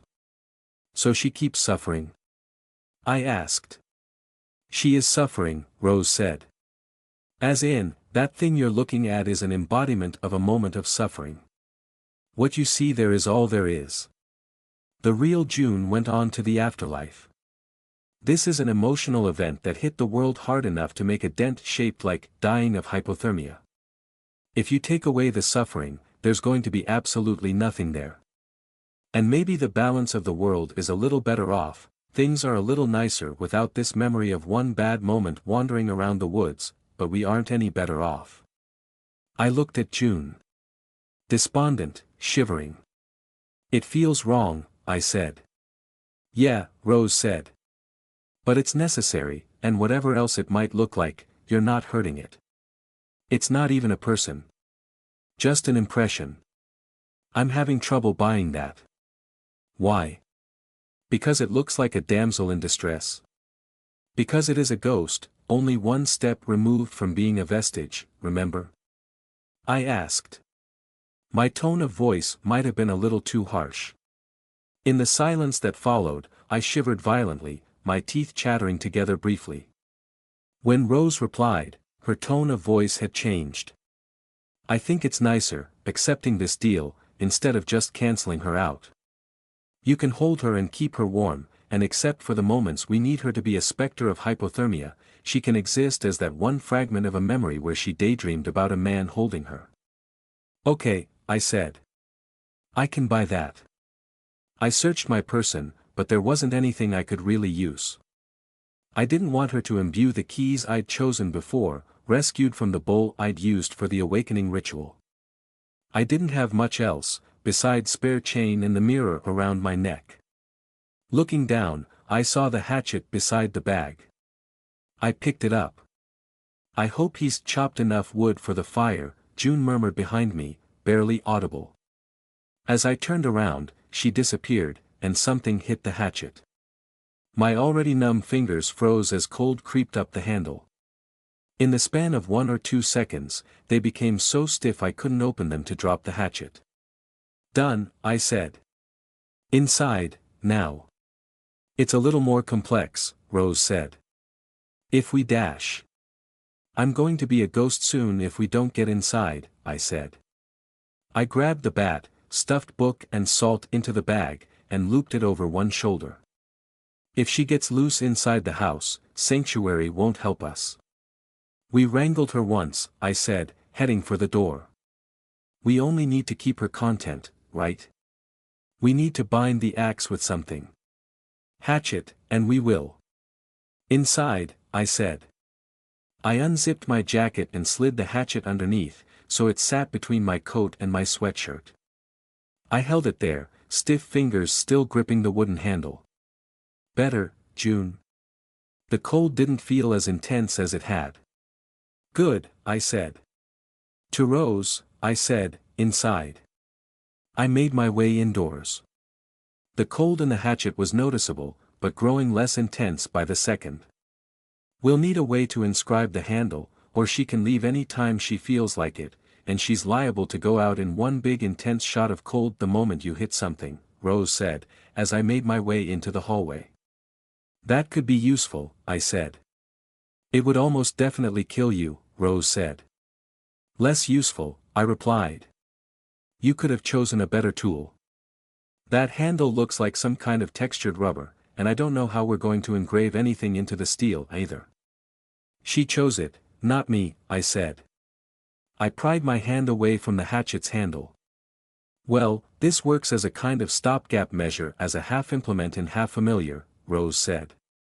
Not sure how you're going to conceal that hatchet all the time, but it works. It does. A step forward, I said. My hand was throbbing now.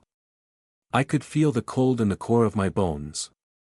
We need to do it a few more times, in a few different ways, and we'll have a passable power base. There aren't that many good options, Rose said.